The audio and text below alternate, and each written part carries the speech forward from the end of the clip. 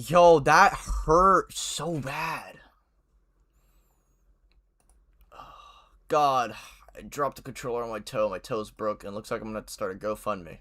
Everybody send donations. Oh, Please, I need this. no. My We toe could is all That use kind the of money. broken. was that a good was that a good sale? Sell?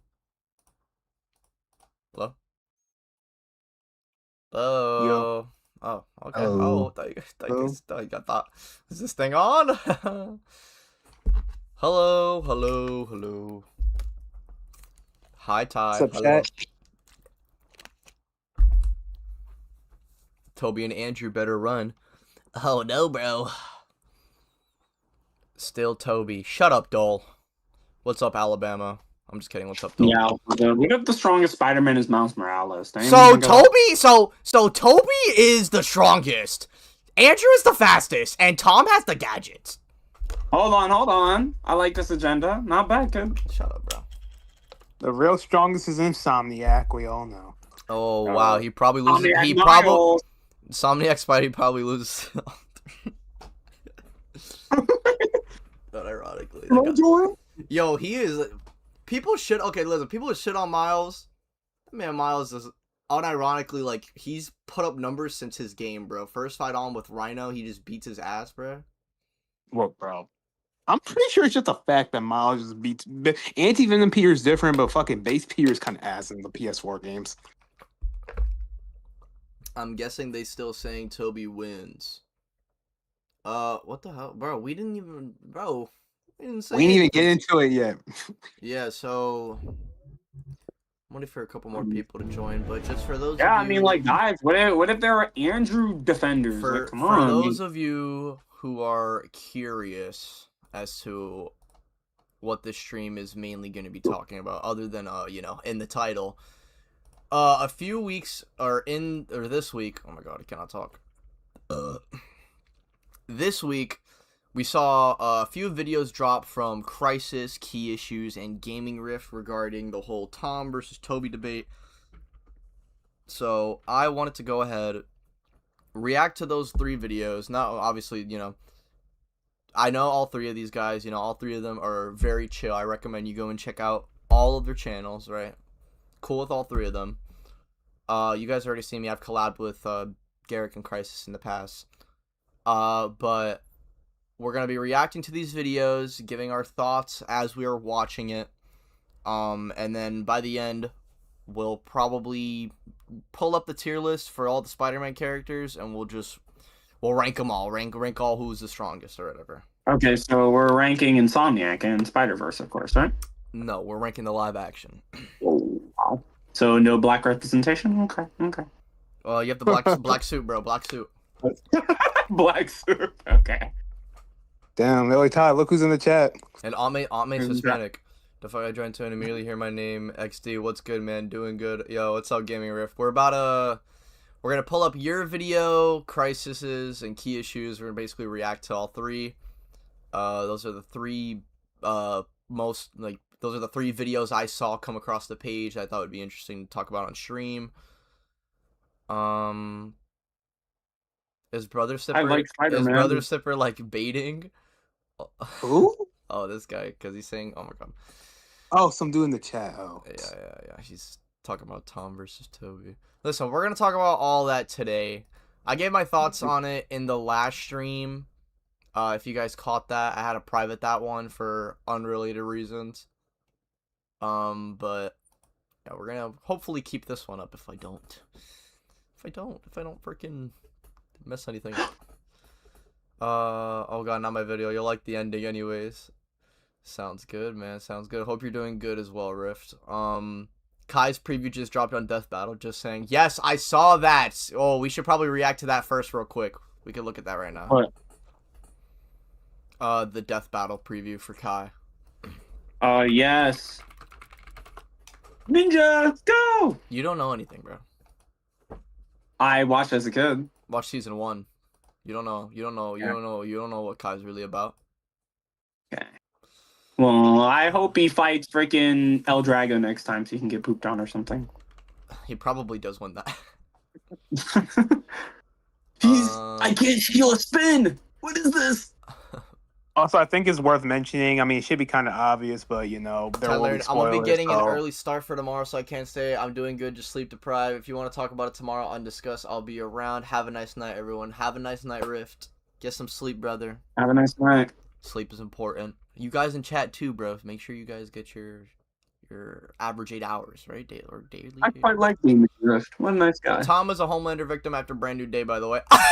No, he's not. You should go watch my video where I talk about why he slams him before Brand New Day. Anyway. Listen, we're not going to we're not going to go that crazy with Tom Slander now. Like, let's chill out. Come on, guys. Let's chill out a little bit. All right.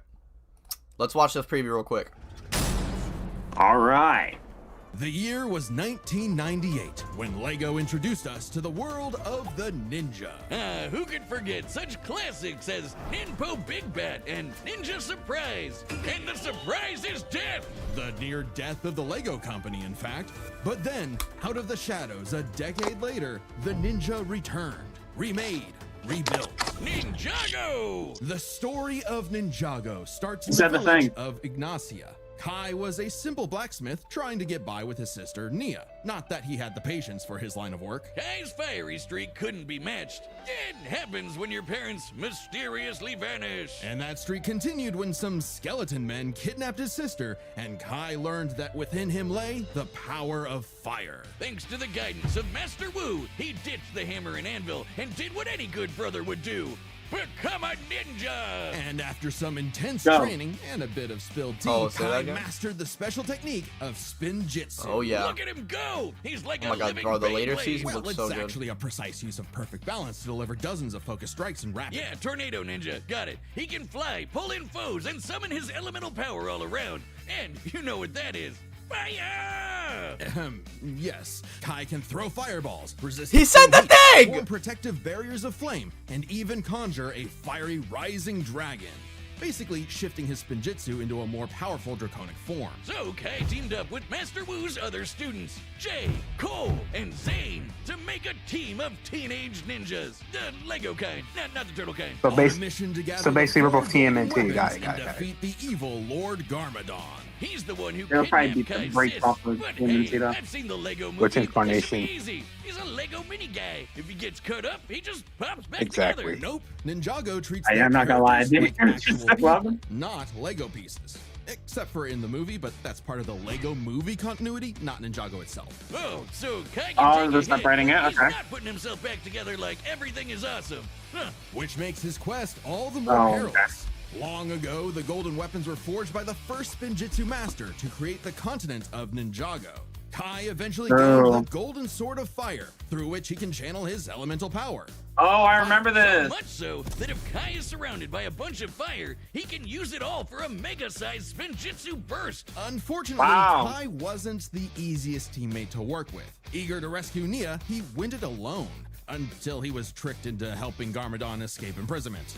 Whoops. Yeah, bummer. But it wasn't all bad. They got all the golden weapons. And with his sister rescued, Kai vowed to become a real elemental master and prove he wasn't just hot air. So he got to training, when he wasn't slacking off and playing video games. Befitting a ninja and a pro gamer, Kai is a master of stealth, Oh. can climb any surface, and is incredibly Okay. fast. He's dodged lightning and is even a match with Jay, who could outrun his own elemental dragon. Oh, comment. that reminds Okay. me, I forgot to feed Mittens. Mittens? Yeah, you remember when I rescued that kitten and then asked you for the Oh my God, I dragon remember this DNA and said don't ask any questions? I definitely Oh. did not. Did Oh, you the steal guy my who's dragon Danny DNA? worked Phantom. so I hard remember on him. Okay, so it seems like they're kind of leaning into the street tier stuff for him. So you don't think Uh, they're gonna get into the extra dimensional shit? They might let him. It depends on how strong they want to make him, because the I mean, yeah, Bionicle guy's way weaker. So like, Yeah, they might not. Yeah, I could see them like in order to make it seem closer, just like stick to the lower tier stuff. Which I mean, if they're going to stick to the lower tier stuff, honestly, I mean, I'm guessing neither of y'all know anything about Bionicle, right? Very little. Yeah. that Yeah, was so it's not like my they're sticking to fault. the street tier stuff. I guess it could kind of go either way. All right, which video you guys want to pull up first? Actually, can Oh, we no. make polls? Because if I could make like a poll in the chat, like we could just do that. How does one do that? Let me go see. I'm pretty sure you can do that. Yeah, chat. Which one are we watching first? Should we watch the Gaming Rift Crisis one or the Key Issues one? All right. Alabama Man said that it's just a teaser. They won't show the strong shit in the preview. So Yeah, fair that's enough. true. That's true. All right, 2 people have said Gaming Rift. One guy said I don't know. I don't One for know. Crisis. All right, so 3 for Gaming, 4 for Gaming Rift, 1 for Crisis. Yeah, I'm seeing a lot of gaming rift. That may be what the people want. Let me see here. Yeah, we have 4 Gaming Rift so far. Trying to see if I can like make a poll.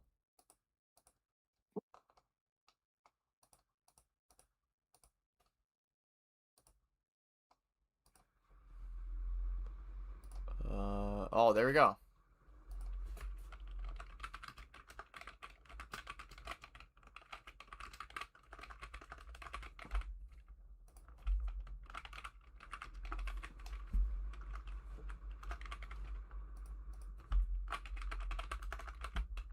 Crisis.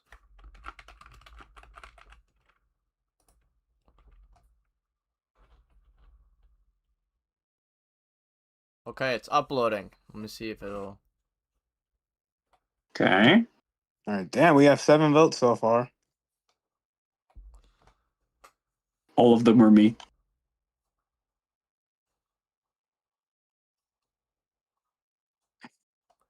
Hold on. Why is this taking so long to freaking load?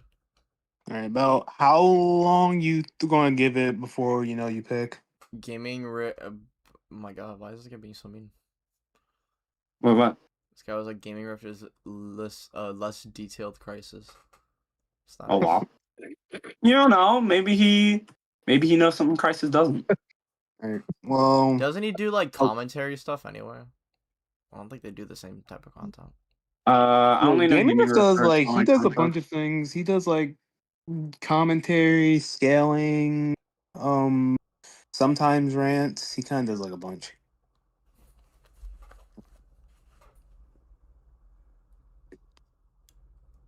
He's a chill dude. Why is this like being so dumb?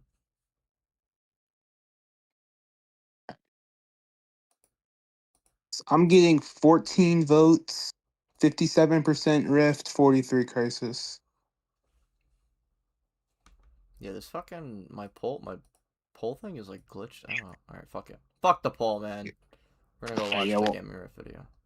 Yeah, let's start with gaming rift. All right, well, Oh, it did work. Okay, Gaming Rift. Got it. All right, guys. Never mind, guys. Don't. Never mind. The poll's cool.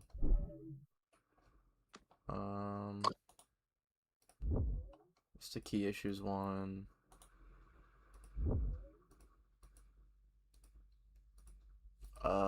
hey, no Rift slander here. He's a chill guy. This is all that's just a what someone reaction. commented.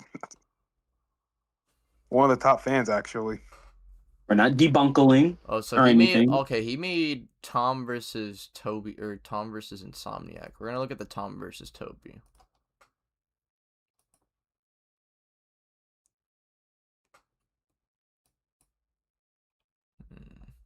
All right, I'll keep an eye on the chat.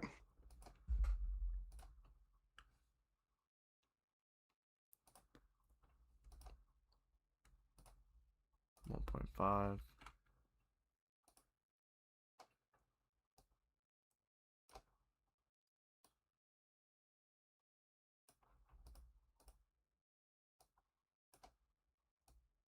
All right.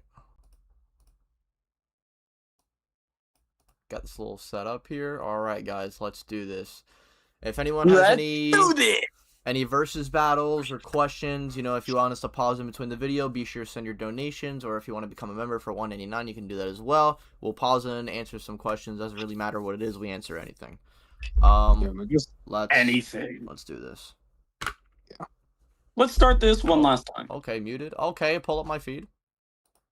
We can at long last revisit Spider-Man Brand New Day is finally here, and with that, we can at long last revisit the most viewed video on my channel, Tobey Maguire's Spider-Man versus the new and improved Tom Holland. Who wins? Well, let's get started. Obviously, massive spoilers for Brand New Day, but you probably knew that already. For the sake of making this as fair as possible, we're going to be looking at this battle in 3 rounds. 1, comparing the base-to-base versions of these characters. Round 2, comparing base Tobey against mutated Tom with the arachnid hormones, and round 3, comparing mutated Tom to black suit Tobey. Before we get started, guys, consider subscribing to the YouTube channel as it really helps me out. Now, starting things off with round 1, the base-to-base versions of these characters, a lot of my opinions from last year are still the case here. Both these guys had wildly different power levels in their respective films. However, No Way Home, they cross over with past villains, and we get to compare their individual fights against their villains to see who is the most impressive. Starting things off with Green Goblin, Tobey Maguire's first and debatably most iconic villain. In Spider-Man 1, Tobey won or stalemated all 3 fights against Green Goblin. The only time he actually took a loss was when Goblin ambushed him with sleeping gas. Goblin, in retrospect, also considered Tobey to be massively above him, calling him all but invincible, with his plan being not to attack Tobey directly, but to break his spirit and emotionally torment him, so he became more satisfying to kill.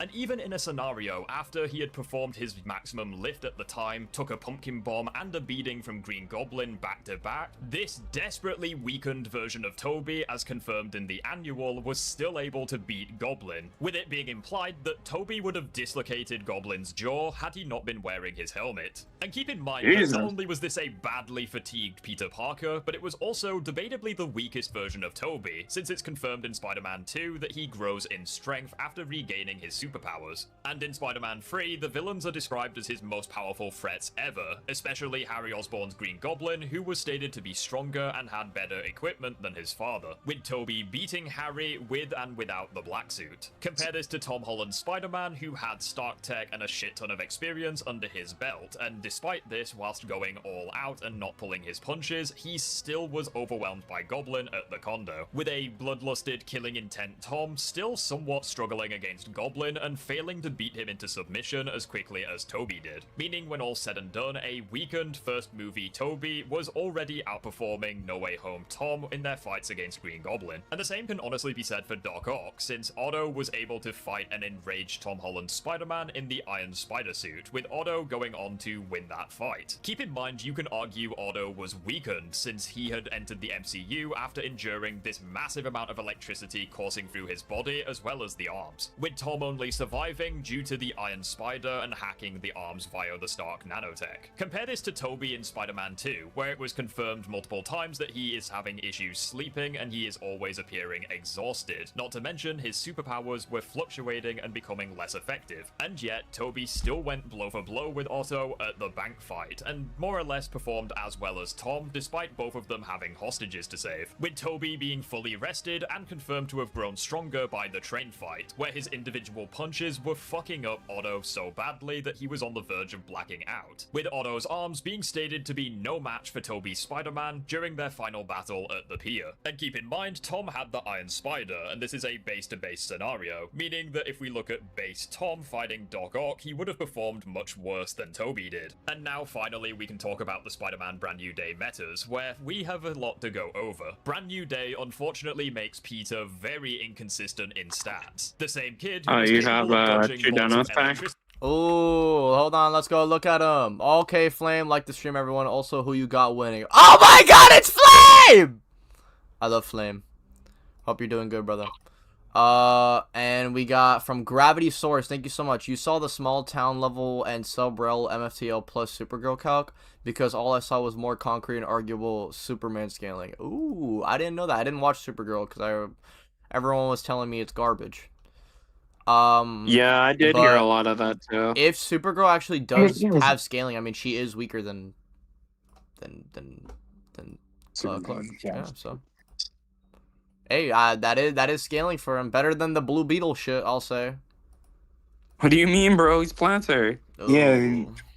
Honestly, serious question. Would that statement even apply to Blue Beetle with the Scarab? Because isn't the Scarab like a separate amp? The thing is, he can chant like he can use like there's a statement of him being able to utilize the full power, but we know in the movie it's just not. It's just not really. The reason why it's not true is because in the movie we see the like in the final battle, whatever, an explosion that does mess him up. It's like multi-city block. Let me tell you, got another dono real quick before we start. Yeah. But multi-city block is, well, small town level, like this guy said, that would be pretty consistent for at least Superman. And Ranger Forever, thank you so much. Oh my god, thank you guys so much for the donations. My preferred matchups for the rest are Zane versus Red Tornado, Cole versus Bolin, Jay versus Michelangelo. Hold on! Wait. Jay! Zane versus Red Tornado because they're both robots? Hold on. Alright, no, stop. Shut up, bro. I was talking, we're awing at two different matchups. Jay versus Michelangelo, is that not hard? Lloyd versus Luke? Bro, Jay is tearing Michelangelo's head off, bro. Cowabunga, lightning! Oh, sorry, you got a dono. Oh my god. Oh yeah, Alabama with the $2 dono. Thank you. And he's a member. Shout out Alabama, man. I love Alabama. He's always on my streams, man. Love this guy.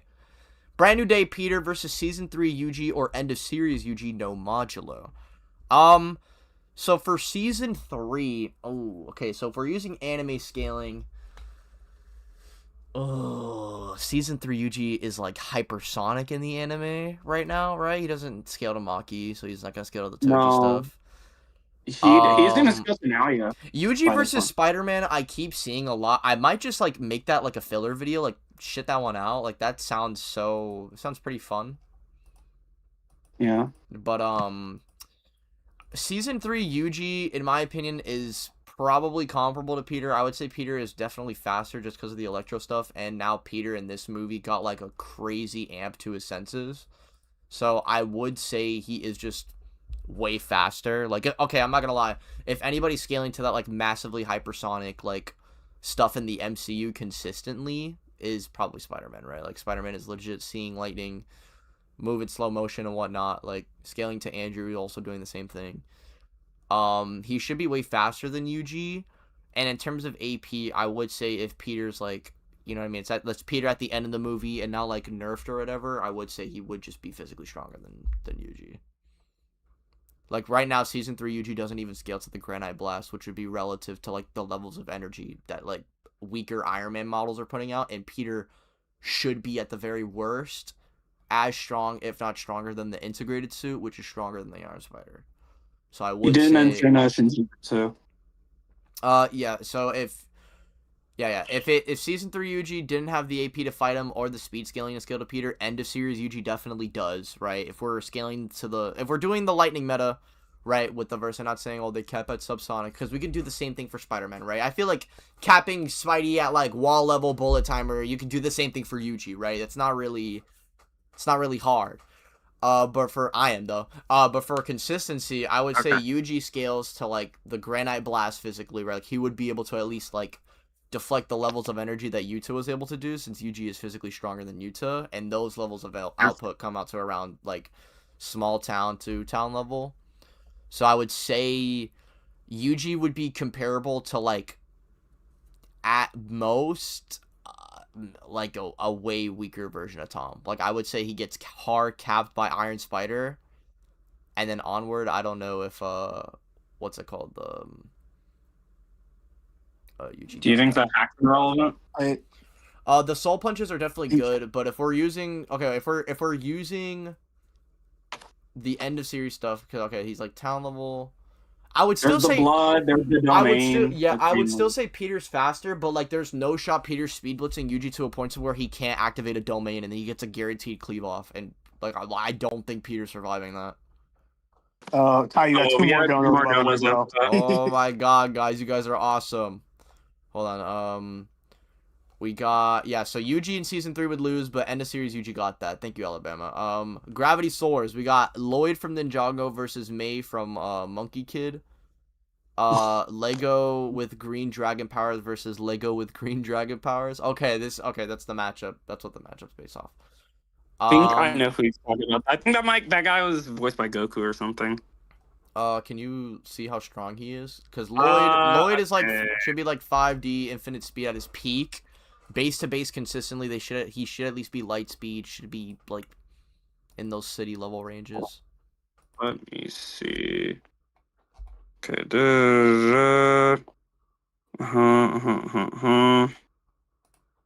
Give me 1 second to. I assume it's the main guy, right? Like Yeah. some Wukong. Correct. Oh wow, he has a lot of hacks. Okay, he has a lot of hacks.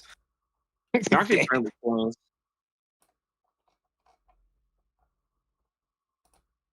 And this guy Uh, said MCU Punisher versus Billy Butcher. I'm gonna. Oh, I do want to do that You topic. should do it. I should, but I have, dude. I gotta blitz some videos out. I'm not gonna lie. The Thor video might have to wait. UG versus Spider-Man seems pretty free, and the Punisher Butcher Yeah. one is also pretty good. This guy is low complex multi and he's immeasurable, and he has like a boatload of Oh, okay. hacks. I mean, He has, doesn't Lloyd? like, full life in it, power null. Yeah, no, okay. with a May layer. definitely at his peak definitely got that. I need to see what they mean by low complex multi. I think that's 5. That's like, That's 5. Yeah, yeah, that- that's that'll like be- 5 to like 70, I think. Yeah, the relative. When they say low, I think it's 5. So their AP tiers would be comparable. I don't know how much hacks Lloyd has. Yeah, it's 5D. It's 5D. Yeah, so they So, should be like, relative. how- May should be faster. Yeah, no. How fast do you think Lloyd is? Only capped at like infinite, bro. Oh, damn. Yeah. Is Yeah, Ty he get- answering he has- matchups while we watch the video, or is that saved for later? I'm answering the matchups while we watch. Let's not forget There's another Donna. let's not forget the Ninjago's humor drumroll. Dareth versus Hercule or Dan Hibiki. Oh, hold on, the Brown Ninja. Hold on. He you see unironically it? It's in the unironically chat. does have scaling though, guys. What was in the chat? And you got He one is- more dono, Ty. I better like what I'm hearing. Let me see. Okay, just taking it down now. What's the other one? Wait, there's another one after the Yeah, there's Dareth one and more Hercule? Ranger Forever again. The Dude, Dan if Hibiki? it's the Brown Ninja one, we read that one. Oh, you already read that? Oh, Yeah. okay, never mind. Yeah. May is a girl, yo. Oh, my bad, I'm LARPing. Lloyd versus Tommy is another matchup for Lloyd I love, especially using Power Ranger comics. I know people were asking me about that. Well, like Super Sentai? Mr. T Or with cracked like ribs in No Way I don't know, Home, man. and dodging dozens of assault rifle fire from all angles Sorry, in but I don't Far watch From Power Home Rangers. when he didn't even Not have a the nerd. Spider-Man I watch Oh, I Legos know, instead. capable of dodging bullets I and know, I know. RPGs during his chase with the Okay, hold on. Punisher. Wait, Frank hold on, dodged wait. bolts of electricity with cracked ribs in No Way Home, and dodging dozens of assault rifle fire from all angles in Far From Home when he didn't even have the spider sense, is now suddenly incapable of dodging bullets Peter and Tingle. RPGs during his chase with the Punisher. Frank literally aimed the gun in Peter's face for a long-ass time, heavily telegraphing his attack, and Peter still got hit. Keep in mind that this took place before the mutation, meaning that you cannot argue he was weakened when this happened. It is a nerf, no question about it. Not to mention, at the end of the film, Peter was incapable of dodging Punisher's sniper round, with the round in question landing Peter in hospital and Okay. being, quote, at death's To be door. fair, I- he's like, it's a sacrificial attack. And he does react. I was Yeah, gonna I- I was gonna say he's also like in the worst way possible off guard. You could say like, oh yeah, the spider sense was a factor and it helped him, but because of the fact that Jean Grey was in his mind, it's also like, you know, he can't really react properly. Like he Well, the said, thing is, okay, he I will- wanted to get hit in place of her, to be fair. Yeah. I will say, well, okay, well, the argument obviously is like, oh, he dodges electricity. How come he can't just like dodge the bullet completely? I would just say it's just off guard. Like it's just off guard. Peter's fatigued as well. Just got done getting an amp. You know, the adrenaline's pumping. Probably got off a cooldown. Also, as for the Punisher thing, I think it's pretty fair to argue that like he probably didn't actually think Punisher was going to shoot. I mean, I think that's also something you can maybe argue. Yeah, well, I mean, yeah, that's true. Because he's probably tried webbing up his weapons in the past, right? You know, Yeah, he didn't Punisher's think like yeah, Punisher's not using something to counteract that. I will say though, him obviously like being Spider-Man, I'm not gonna say it's a physical nerf, right? Because like it was just like, oh, I have headaches and he's taking like Advil, he's fine. It wasn't until like after this point with the mutation that was making him really wonky. But yeah,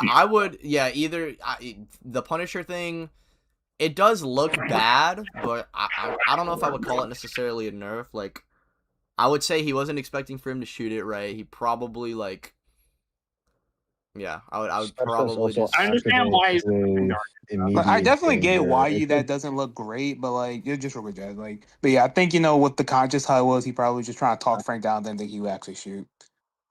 Well, doesn't the Spider-Sense really just activate when he's in immediate danger? It could just be that since he knows Frank so Well, well. I think it did I'm activate, assuming- but like it was gonna hit Jean Grey, so he wanted to No, I'm not stop. talking about that. I'm not talking about that. I'm talking about when he is on In the beginning of the movie, yeah. Yeah. The Oh, chase Yeah. oh sequence. my! That's like Peter him also, getting yeah, hit someone also, there okay, is someone said Peter has fine. no reason to dodge it. He could tank it. That's true. He could also risk other people Yeah. getting hurt as well. that's a gag scene, bro. That is That's what I not. was gonna. Sorry. That's what I If was he gonna was say, comforting so- Jean at the time, I still feel like he should have dodged this, given how fast he was established to be in previous. I do agree with that, right? Like, Sure. logically, yes. If Andrew is perception blitzing lightning, why the fuck is Tom getting tied by this shit? Like that. Getting hit shot by bullet. Like, I mean, like- maybe Punisher's Like, yeah, really like, fast okay, gun. like, it happens, but the scene, I would say, I'm not gonna call it, like, an outright gag scene, but, like, okay, it's a grenade launcher to the dome. He doesn't want other people to get hurt, obviously. He was probably not expecting him to, like, even shoot through it, like it was gonna work. Previous films. Not to mention, Brand New Day establishes that Peter does not scale to the Hulk, as he lands one good hit on the Green Goliath with the Shocker Gauntlet that he got from damage Yeah. control. Professor basically Hulk's attacks tackling were him, visibly otherwise. hurting Peter, and Savage Hulk messed Peter up with each individual attack, including the Thunderclap. Peter would have 100% died there and then if it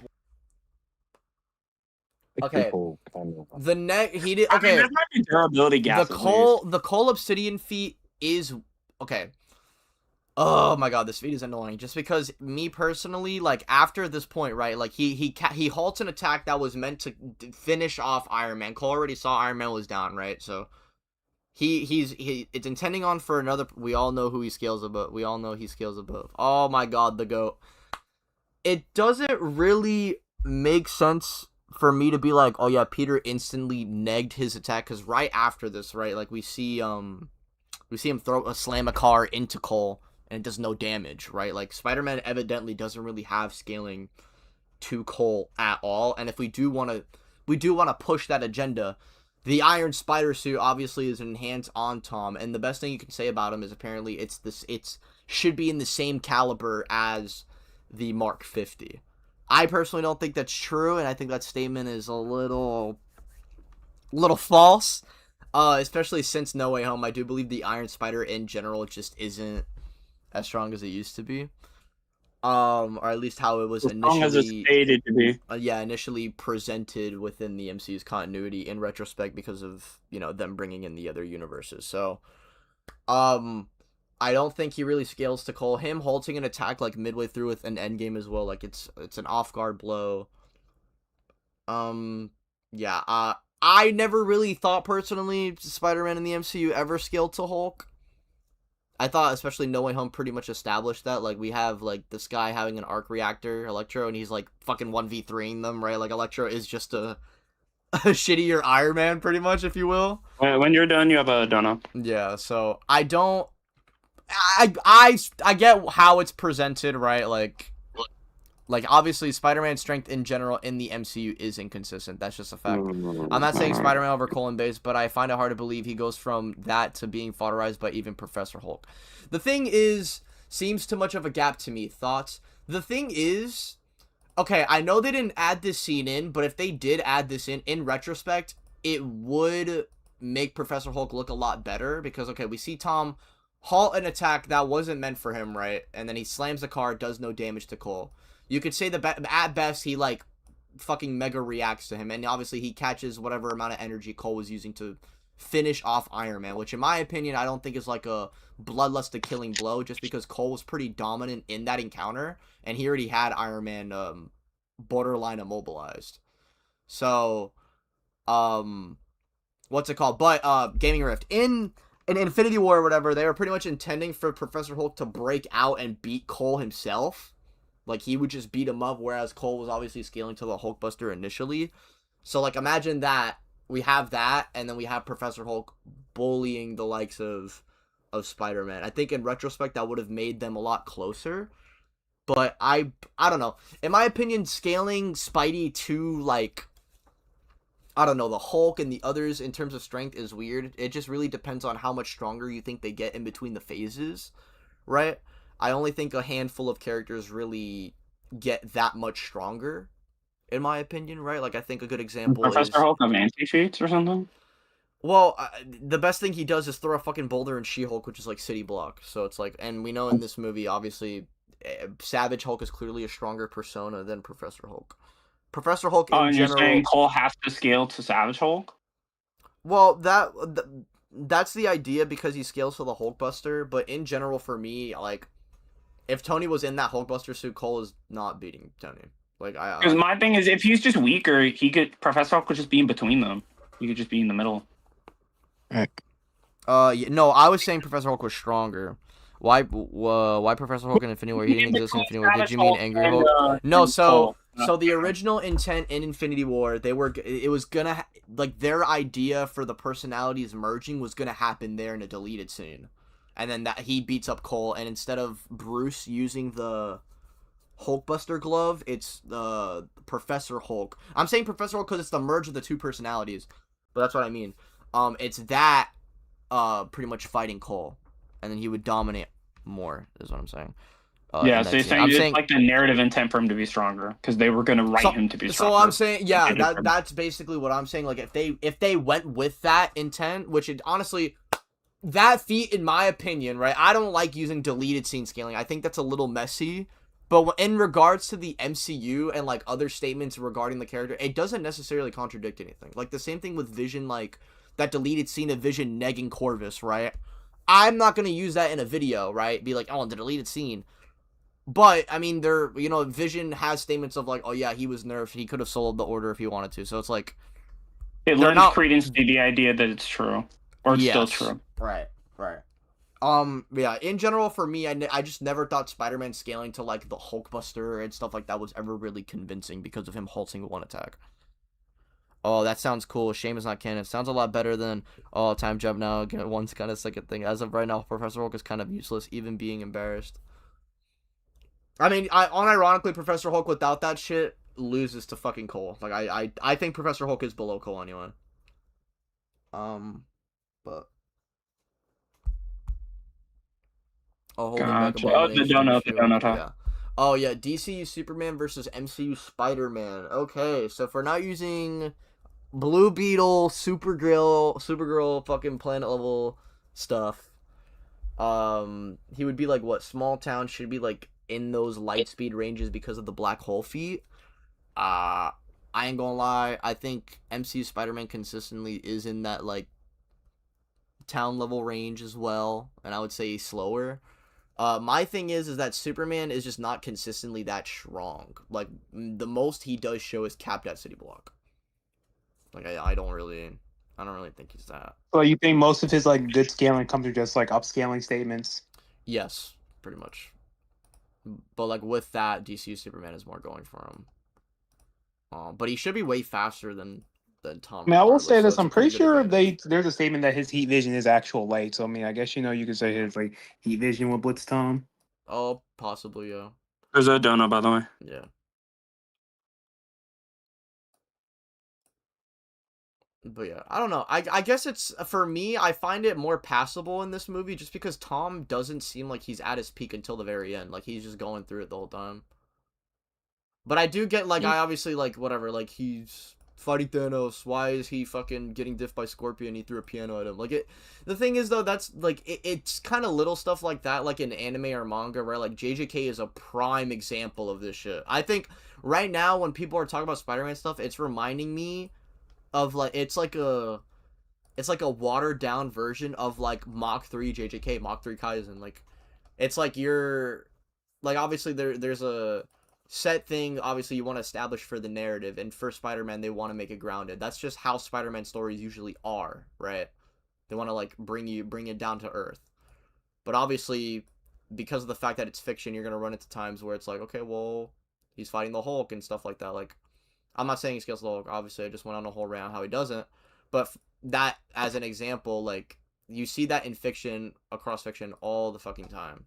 Like, Yuji had a canonical set running speed, and it was like, whoa, he's faster than a freaking Civic. But obviously, he's not fucking... Dude. he's not fucking capped at that because he shouldn't be that much faster, and he has a set established speed at the beginning. Like, this guy said Andrew Spidey versus Babe versus Turtles. Who would win? Listen, Andrew scales to the higher stuff within the Spider-Man scaling now. So beforehand he was like wall level and lightning timing, but now he's should be able to beat the Babe versus Turtles. Yeah, I don't know nothing about the Babe versus Turtles, so I think they're just like wall level. They're hideous. I'm pretty sure they're not that strong. Wait, they are strong? Bulletproof, casually getting hit by car. Yeah, but Andrew's like taking blasts from Electro.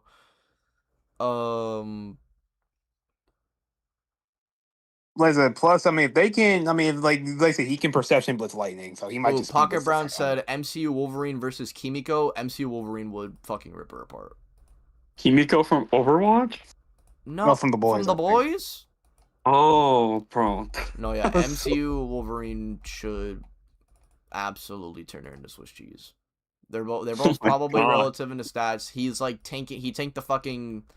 If we're giving him the Fox feats, whatever, he tanked the fucking nuke. Kimiko is not doing that shit. Like, she can't even take an explosion that's like infinitely weaker than that shit. Yeah, an adamantium would just fucking a better regen. Over. Yep. Bum. All right, we got a lot of donations. Thank you guys so much. Let's keep it going. Thank you. For the other donations, we're gonna get through this video, and then after we can we can answer any more donos that you guys have. Slowing down and restraining the Hulk briefly. And unfortunately, in Brand New Day, there are no good new metas to counter these anti-feats. Even first movie Toby was able to dodge point. I think he's saying embarrassed. With Toby in Spider-Man 2 replicating this wrong when one, exhausted. You could chalk it up to the film being inconsistent with his power level, or the film deliberately making him appear weaker in order to prove that he is much stronger when mutated. But regardless, as of this new scaling, I do believe that Toby would now no-diff Tom. Especially since in base to base, Tom has now lost most of the advantages he had over Toby, that being the Stark tech in his suit, the enhanced armor plating with the nanotech, the spider arms from the Iron Spider suit, his suit being entirely made out of cloth. These are definitely gonna help, but I would say because of the effects, or because of after Brand New Day, like going into Brand New Day, Tom physically is at the peak of his game.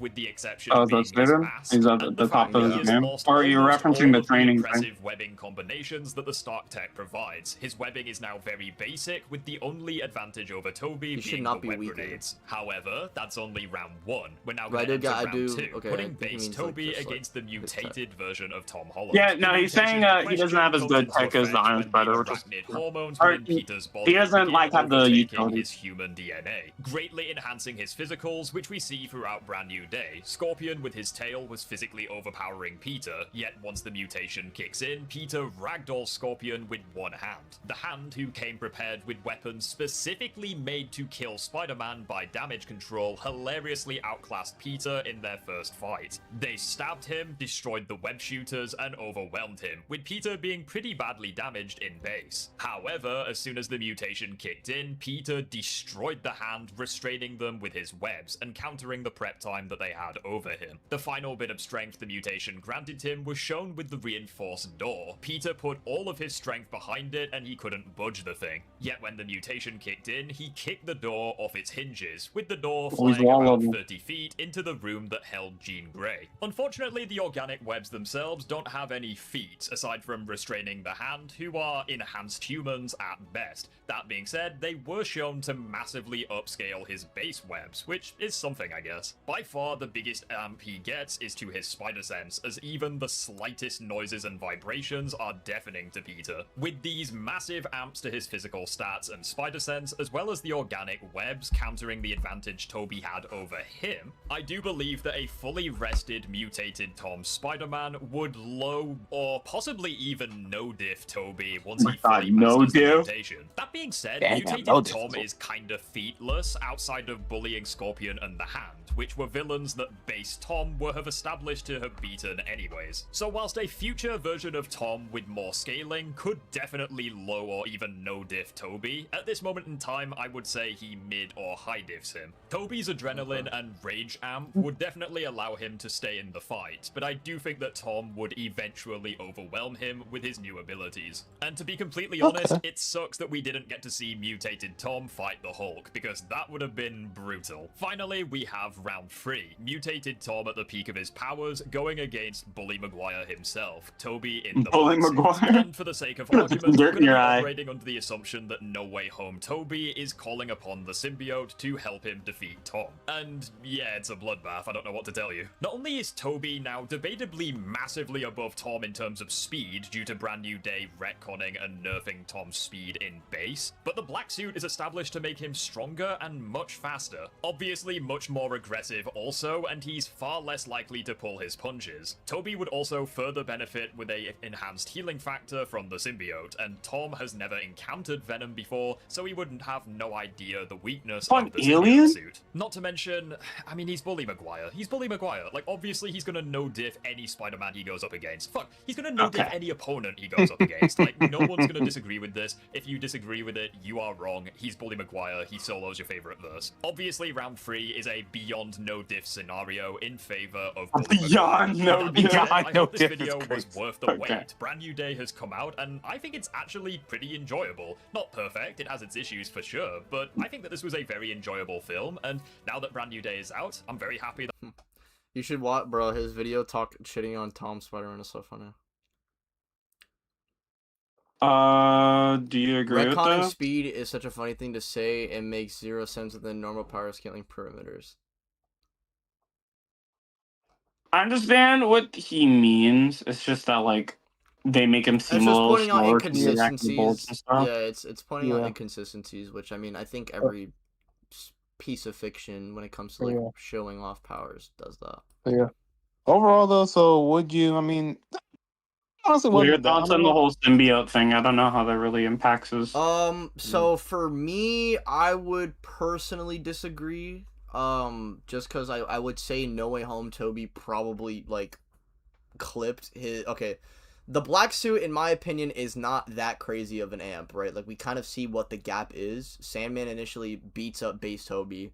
With the black suit, they're matching each other. Well, obviously Toby is dominating in the fight, and then a giant version of Sandman, Red Toby, is able to fight him, right? So Red Toby's fighting a stronger version of Sandman than the one that Black Suit Spider-Man was fighting, the one that Sandman was able to like put up a fight against.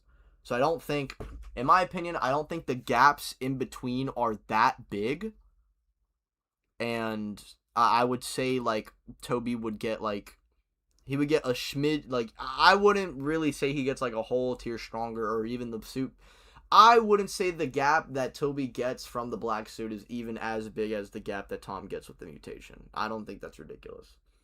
Because the only thing that we really see with that is specifically Sandman. But it wasn't until Toby, after he came back in the fight, where he got ridiculously strong. Like, that boost made him stronger than the black suit. Like, that did more than the black suit, unironically. So I don't really know how strong So the suit is in just- particular. So I would say overall, what would mutated you Tom say? is still stronger, but he's saying like this is like the black suit version of Tom, or like this is like No Way Home Toby. If he's that. stacking it, then it's just an amplification to strengthen. So Yeah, so it would. I'm seeing the logic where like obviously it's like oh well, this is a bigger amp they're already relative in No Way Home, and he's already established stronger in base, so it would be a higher amp.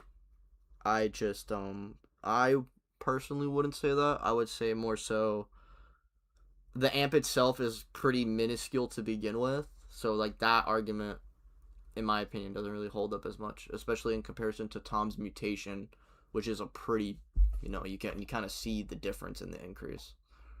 But overall, does the tech ever matter, Ty? What? Because Tom's tech, does any of that really like make a difference since they're so close in stats? Not. I mean, he doesn't really have tech anymore. He just has weapon. Well, range. I'm saying like let's grant him his older tech, his better well, tech. if he gets that as well, then I do think Tom just wins too. All right. So overall, what would you probably say? I mean, It was a good video. I mean, there are a couple of things, there are a couple of things, but honestly, overall, like, I thought it was pretty fun.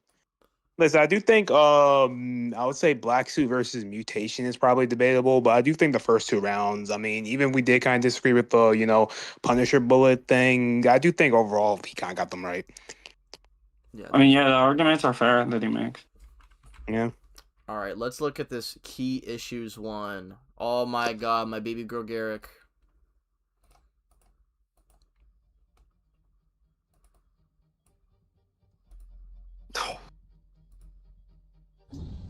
Four years ago, I made a video arguing that the Marvel Cinematic Universe's Spider-Man was already the strongest live-action Spider-Man.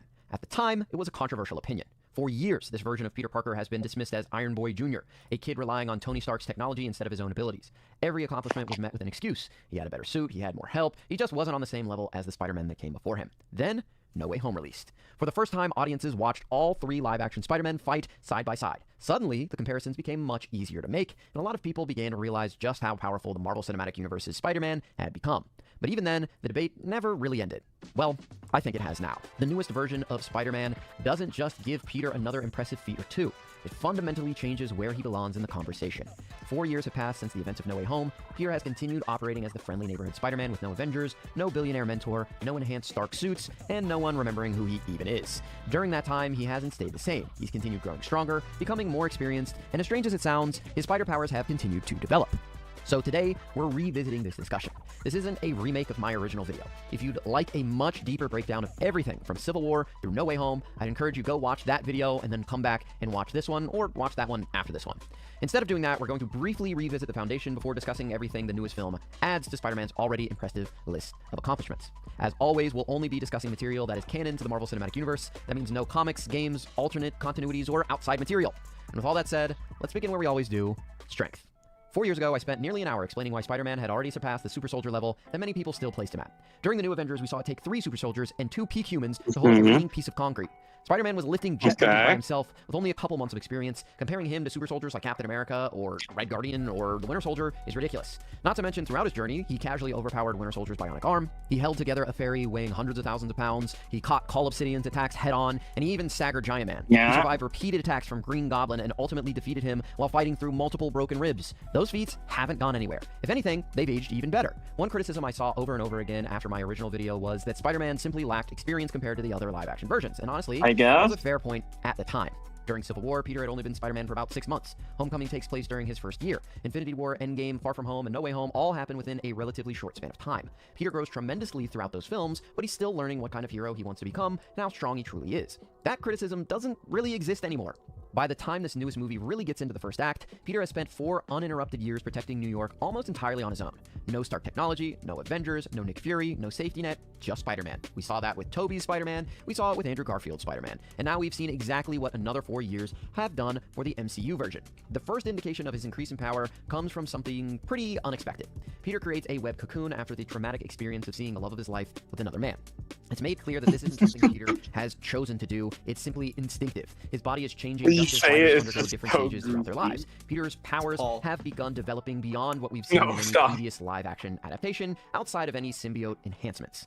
Earlier in the film, Spider-Man and Scorpion are portrayed as relatively even opponents. They're capable of pushing each other throughout the fights, and neither one is completely able to dominate the other. But later, after Peter embraces these new abilities, that balance disappears. Spider-Man absolutely tears through Scorpion. The difference isn't subtle. Scorpion goes from being a legitimate threat to barely slowing Spider-Man down. That alone would already suggest a massive increase in strength, but the film doesn't stop there. One of the most impressive sequences comes during Spider-Man's confrontation with the Hulk. Now, before anyone jumps into the comments, no, Spider-Man doesn't overpower the Hulk. He doesn't really need to, because the movie goes out of its way to establish something incredibly important before the fight even begins. Peter is wearing an inhibitor. His abilities have intentionally been reduced back to what he considers his quote-unquote normal level. In other words, Spider-Man spends this entire encounter fighting while actively nerfed. Even under those conditions, he's still capable of slowing the Hulk with his webbing. At one point, those webs stop the Hulk's momentum completely. The Hulk only escapes because the structure anchoring the webs gives way beneath the force being applied. The webs aren't the thing that gives way. It's actually the building itself. The building breaks apart before the webs break. And I think that's a very important distinction. We've seen Spider-Man's webs restrain incredibly powerful opponents before, but watching them momentarily halt one of the strongest beings on Earth while Peter himself is operating below his maximum potential is on another level entirely. Now, That is from this point on, some we're good going to be stuff. discussing the uninhibited version of Spider-Man. Once Peter fully embraces these new arachnid abilities, his strength increases exponentially. His organic webs remove one of the only limitations we've ever seen placed on his mobility, as well as his battlefield control. There's no real concern about running out of cartridges or damaged web shooters. His powers are now entirely self-contained, just like Tobey's Spider-Man. The film immediately demonstrates how dangerous that makes him. Spider-Man tears through the hand and damage control soldiers equipped with weapons specifically designed to neutralize him. That's another detail worth paying attention to. These aren't random security guards, right? They're using equipment developed with Spider-Man specifically in mind, and it still doesn't matter. Peter overwhelms them anyway. And perhaps the clearest display of his newfound strength comes shortly afterward. Earlier in the movie, we're shown an extremely high security containment area inside Damage Control. This is where they're keeping Jean Grey, one of the most powerful beings they've ever encountered. Every indication we're given is that this is one of the most secure locations in the entire facility. Later, Spider-Man simply kicks through the reinforced security door. Now, this probably isn't a one-to-one comparison, but earlier in the film, Jean Grey was able to mind control the Hulk, and she attempted to use the Hulk to get into a vault within Damage Control. Now, that door was much bigger than this one, but I would consider both of them very, very high levels of security. If you really wanted to stretch Spider-Man's newfound power, you could say maybe he's relative to the Hulk, as the Hulk wasn't able to get through that big door, but Spider-Man was able to get through the smaller one. But okay, if I remember, was this not before he went Savage? So take that with a grain of salt. Taken individually, I could be misremembering. Pretty impressive, but taken all together. What did you say? When the Hulk fails to break through the door that he's talking about, I don't remember if this is Savage Hulk or not. It's Professor. It's Professor, yeah. Together, Savage they paint doesn't a pretty clear picture. do anything. Spider-Man didn't just gain another feat. He spent 4 years becoming a more experienced hero. He underwent biological changes that further enhanced his powers, demonstrated greater physical strength than we've previously seen from him, and removed one of his biggest limitations his abilities had always carried. And we're really only getting started. And keep in mind, I thought that he was the strongest Spider-Man before he got enhanced. Of course, raw strength has never been the only thing that makes Spider-Man so dangerous. If you ask almost any comic book fan what his greatest or most iconic power is, it's either going to be his web slinging or, more likely, his spider sense. And honestly, I don't think we've ever seen it portrayed this well in live action. Back in Far From Home, Peter finally learned to trust what Aunt May jokingly called his Peter Tingle. That allowed him to fight Mysterio with his eyes closed, relying entirely on his extrasensory awareness instead of his eyesight. In No Way Home, that ability became even more refined when he sensed Norman Osborn transforming into the Green Goblin, despite everyone else seeing nothing out of the ordinary. Those were already massive improvements, but this thing goes much, much further. After emerging from the cocoon that we discussed previously, Peter immediately notices his senses becoming more acute. At first, he doesn't fully understand what's happening, but as the story progresses, it becomes clear that this isn't simply his spider sense warning him of danger anymore. He's hearing things he shouldn't be able to hear. He's sensing events occurring far outside of his field of vision. His awareness continues expanding throughout the film. And by the third act, it's heavily implied that Peter can perceive threats across an enormous portion of New York City. Now, I'm intentionally saying implied because the movie never gives us an exact measurement, but what it does give us is something even better: Jean Grey. Jean is arguably the most dangerous individual Spider-Man encounters during the entire film. Her telepathy begins with a relatively limited range. She can mentally dominate individuals within roughly a dozen yards of herself. And when her true power finally emerges, that range expands dramatically until she's capable of influencing everyone within approximately a kilometer. And it doesn't stop there. We see her influence continue spreading as the third act progresses. Nearly everyone falls under her control: heroes, civilians, entire crowds. Even Bruce Banner was controlled, but this was before she even realized the full capabilities of her power. So let's just think about this for a second. Bruce Banner has spent decades learning to coexist with another consciousness living inside of his own mind. His entire life has revolved around discipline, emotional control, and maintaining mastery over his thoughts so the Hulk doesn't take over. But Jean breaks through anyway, and this is a weaker version of Jean than Spider-Man is able to resist. Even after Jean levels up her power, Spider-Man still resists her entirely. Peter remains completely immune while everyone around him loses control. Jean eventually realizes that something wrong and begins focusing specifically on him. And even while only standing a few feet away, Peter Spider-Man. Did they ever explain why he resists Jean Grey's power? Spider-Man can still move just and can't enter his mind. Eventually, Jean is only able to enter his mind because Peter allows her to, and that's an incredibly important detail. She doesn't force her way in, she doesn't overpower him. Peter chooses to let her in because doing so is the only way to reach her. Even after she enters his memories, Peter never completely loses himself. He's still aware of what's happening around him, and he's still capable of making decisions. And that gives us perhaps the single most ridiculous sensory feat we've ever seen from a live-action Spider-Man.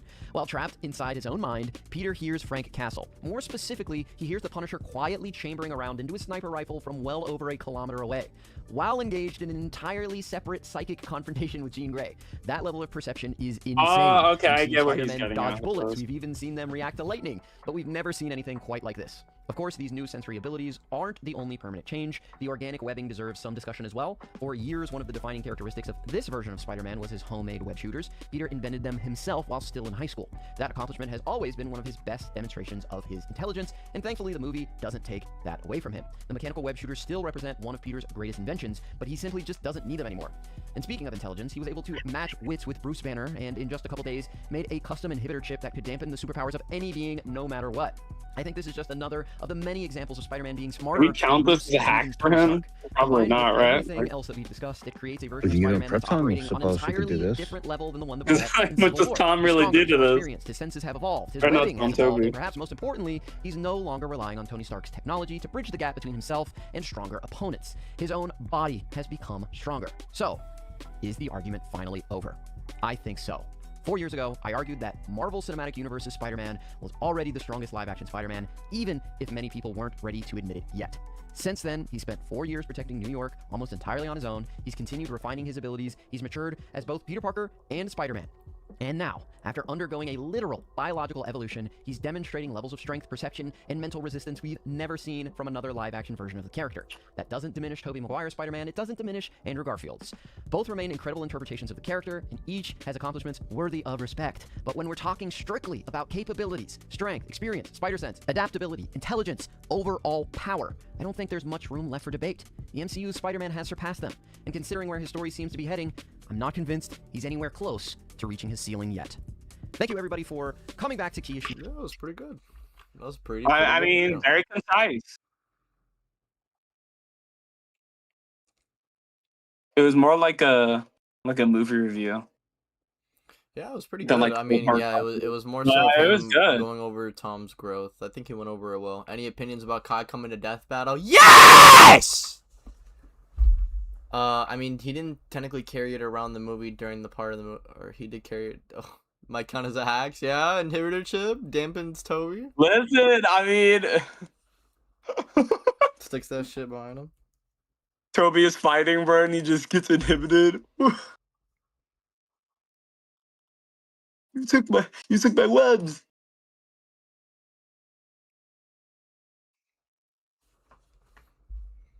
Spider-Man's gonna become like a freaking Batman tier prop. He's just gonna be like, oh yeah, well, he may lose to Thanos, but if he inhibits him, bro, If he inhibits him, bro. he just becomes like Goku completely Crisis powerless. vid. I didn't go over any scaling because there isn't any. The previous video goes over all the scaling. I'm making the case that he is stronger than before when he was already top 1. Type shit. Yeah, the other video, I'll probably save that. Probably save that for after if we have time, because right now I got like 2 hours left. We're gonna watch this Crisis video. This video's already 40. I'm putting on the 1.5 times speed. Dang, this guy said hurry up. That way we can go through it. But yeah, overall, that was a fire-ass video, Garrick. I'm glad you're back. You better, how do you deal with the Hulk scaling? Uh-oh. Oh. This is a good question. I mean, I agree. The Spider-Man is stronger than Avengers 1-4. Let's go. Bro! Oh, he is not. No, he is not. Web cluster, bro. Web cluster. His organic webs are a one shot tier gap above his mechanical ones. How about I go one-shot with you that. with my mechanical webs? In between my... Alright, let's go. Oh, whoa. Oh. Hey everyone, Crisis here. Back when Spider-Man, Marvel's most iconic... Wait, actually, hold on. Wait, let me use the bathroom real quick. I have to take a little pee break. If any questions... Dang, just Garrick have come up- really good mics. If any questions come up, let me know. All right. Diggs? Godspeed, stall! Okay. It's all you, bro. Crisis bit about Thomas Goaded. What does he do? Does he just do you scale him or what the? You just hit me.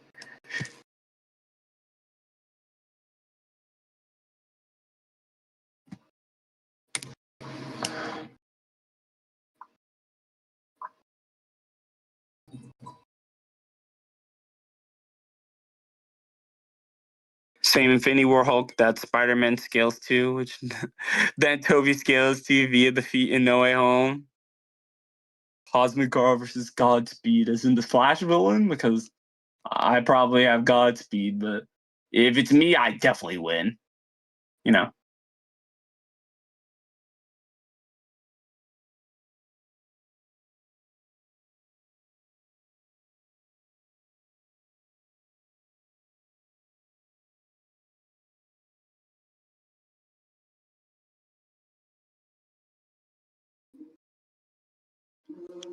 I heard that the Tao guy that Kai's facing is very hacksy. Could be hacks versus stats. That is possible. It all depends on speed. If they're of a close speed tier, then the hacks can really get into play. If not, then, you know, can't you really use your hacks and you're dead? But Ty's got this. Oh, Kai. Downplay Tom to make Toby stronger at one point. He says Caballero survived being hit by a bullet train like Tom did. I mean, hey man, sometimes you gotta have that agenda scaling. I like an agenda. What other Lego IPs do you want to cover aside from Ninjago? I don't know, maybe tile scaled Lego Batman.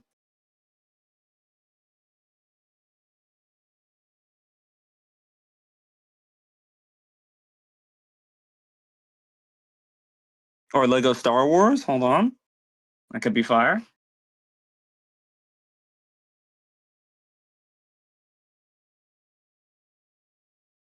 Kai's 5D in dragon form. I've heard that the Ninjago guys are a little inconsistent. Sometimes they're really strong and a lot of times they're really weak. Maybe getting like pressed by bullets and stuff. But 5D at their peak is definitely consistent.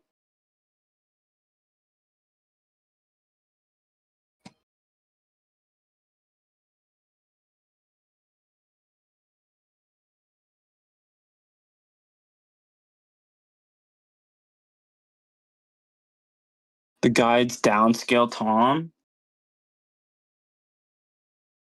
What do they even make MCU guides for? Is it really just for like power scaling? Like where would you even attempt to read an MCU guide?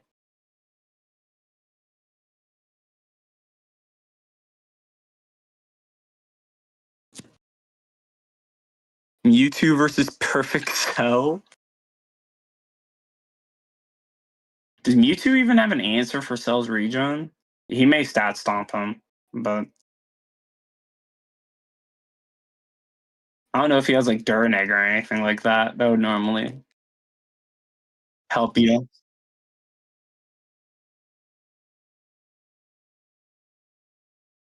Watch the vid. Yeah, he's back. Or he's almost back, I think. All right. There he is. Crisis downplay. Blah, blah, blah. I don't want to hear it. We're about to watch the video. How do you deal with the Hulk scaling? Same Infinity War Hulk that Spider-Man scales. So Spider-Man doesn't scale to Hulk! Nah, bro.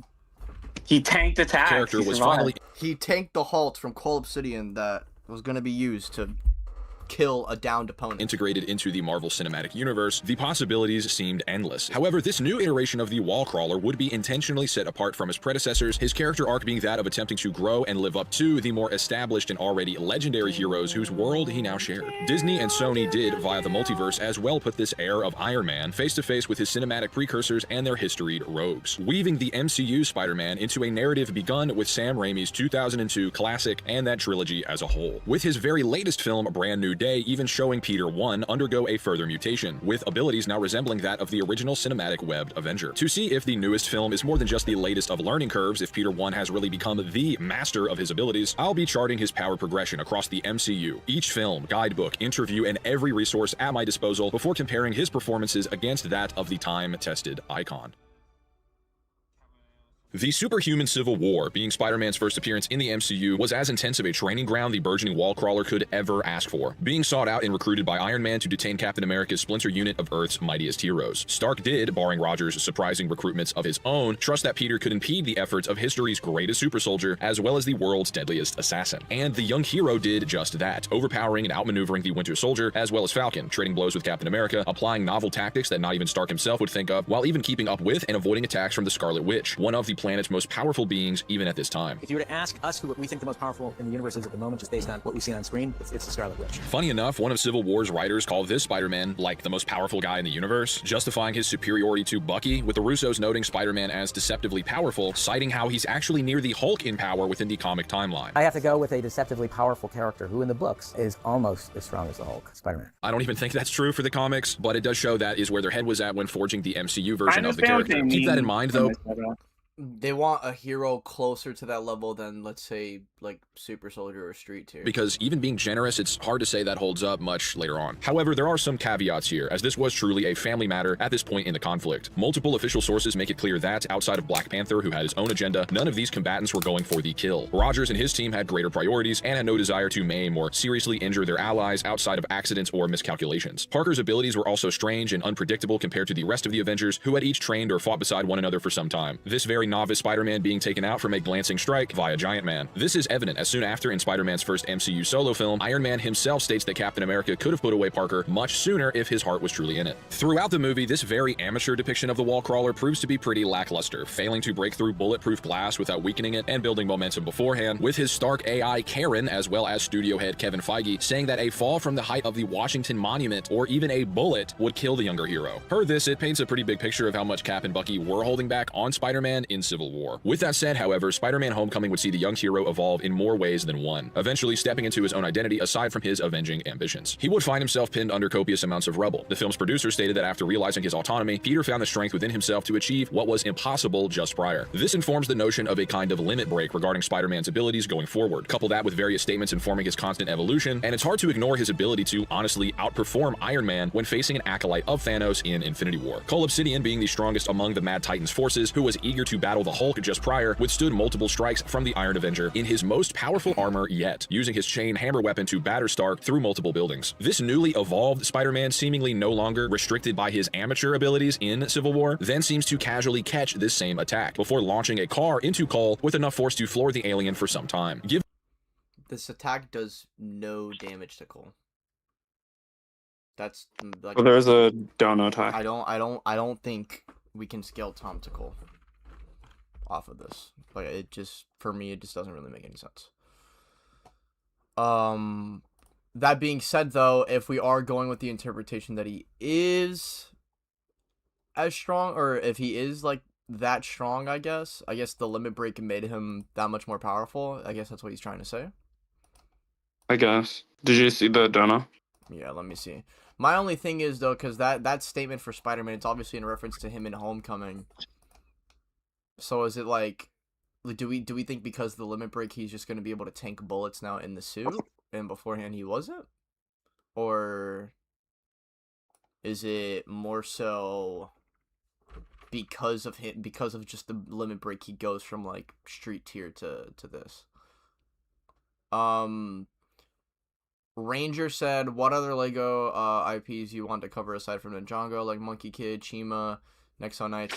Listen, all the Monkey Kid one sounds pretty cracked, but aside from that, I'm not gonna lie, like Chima, Lego Batman. No, Lego Batman, Zemo Knights. I don't know, man. For me, it never really piqued my interest in terms of scaling. I used to watch Chima as a kid. Oh my god, Chima, bro. But I would say that's probably the most I can say. All Spider-Man movies. Wait, let me see this. Man, you guys watch videos so fast. We're getting speed blitzed. Listen, the attention span. Something. Yo, I'm back, guys. So what I'm... Oh, sorry. I want to cut you off. No, you're good. You good. We're just watching the video, Crisis video.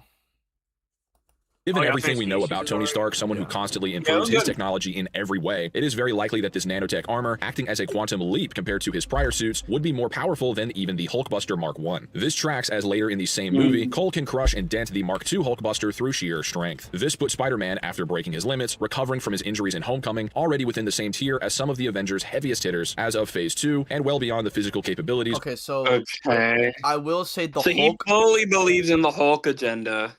The Hulkbuster thing, in my opinion, is also a little bit circumstantial, just because it's under the assumption that, like, Bruce in the suit is going to be as effective as Tony with the suit. Like, obviously, Tony fighting the Hulk, in my opinion, performance-wise, is going to be better than Bruce in a stronger suit against someone like Cole, who I don't think is, like, blatantly Hulk level, in my opinion. I Maybe he's more so arguing the durability of the armor itself is unchanging.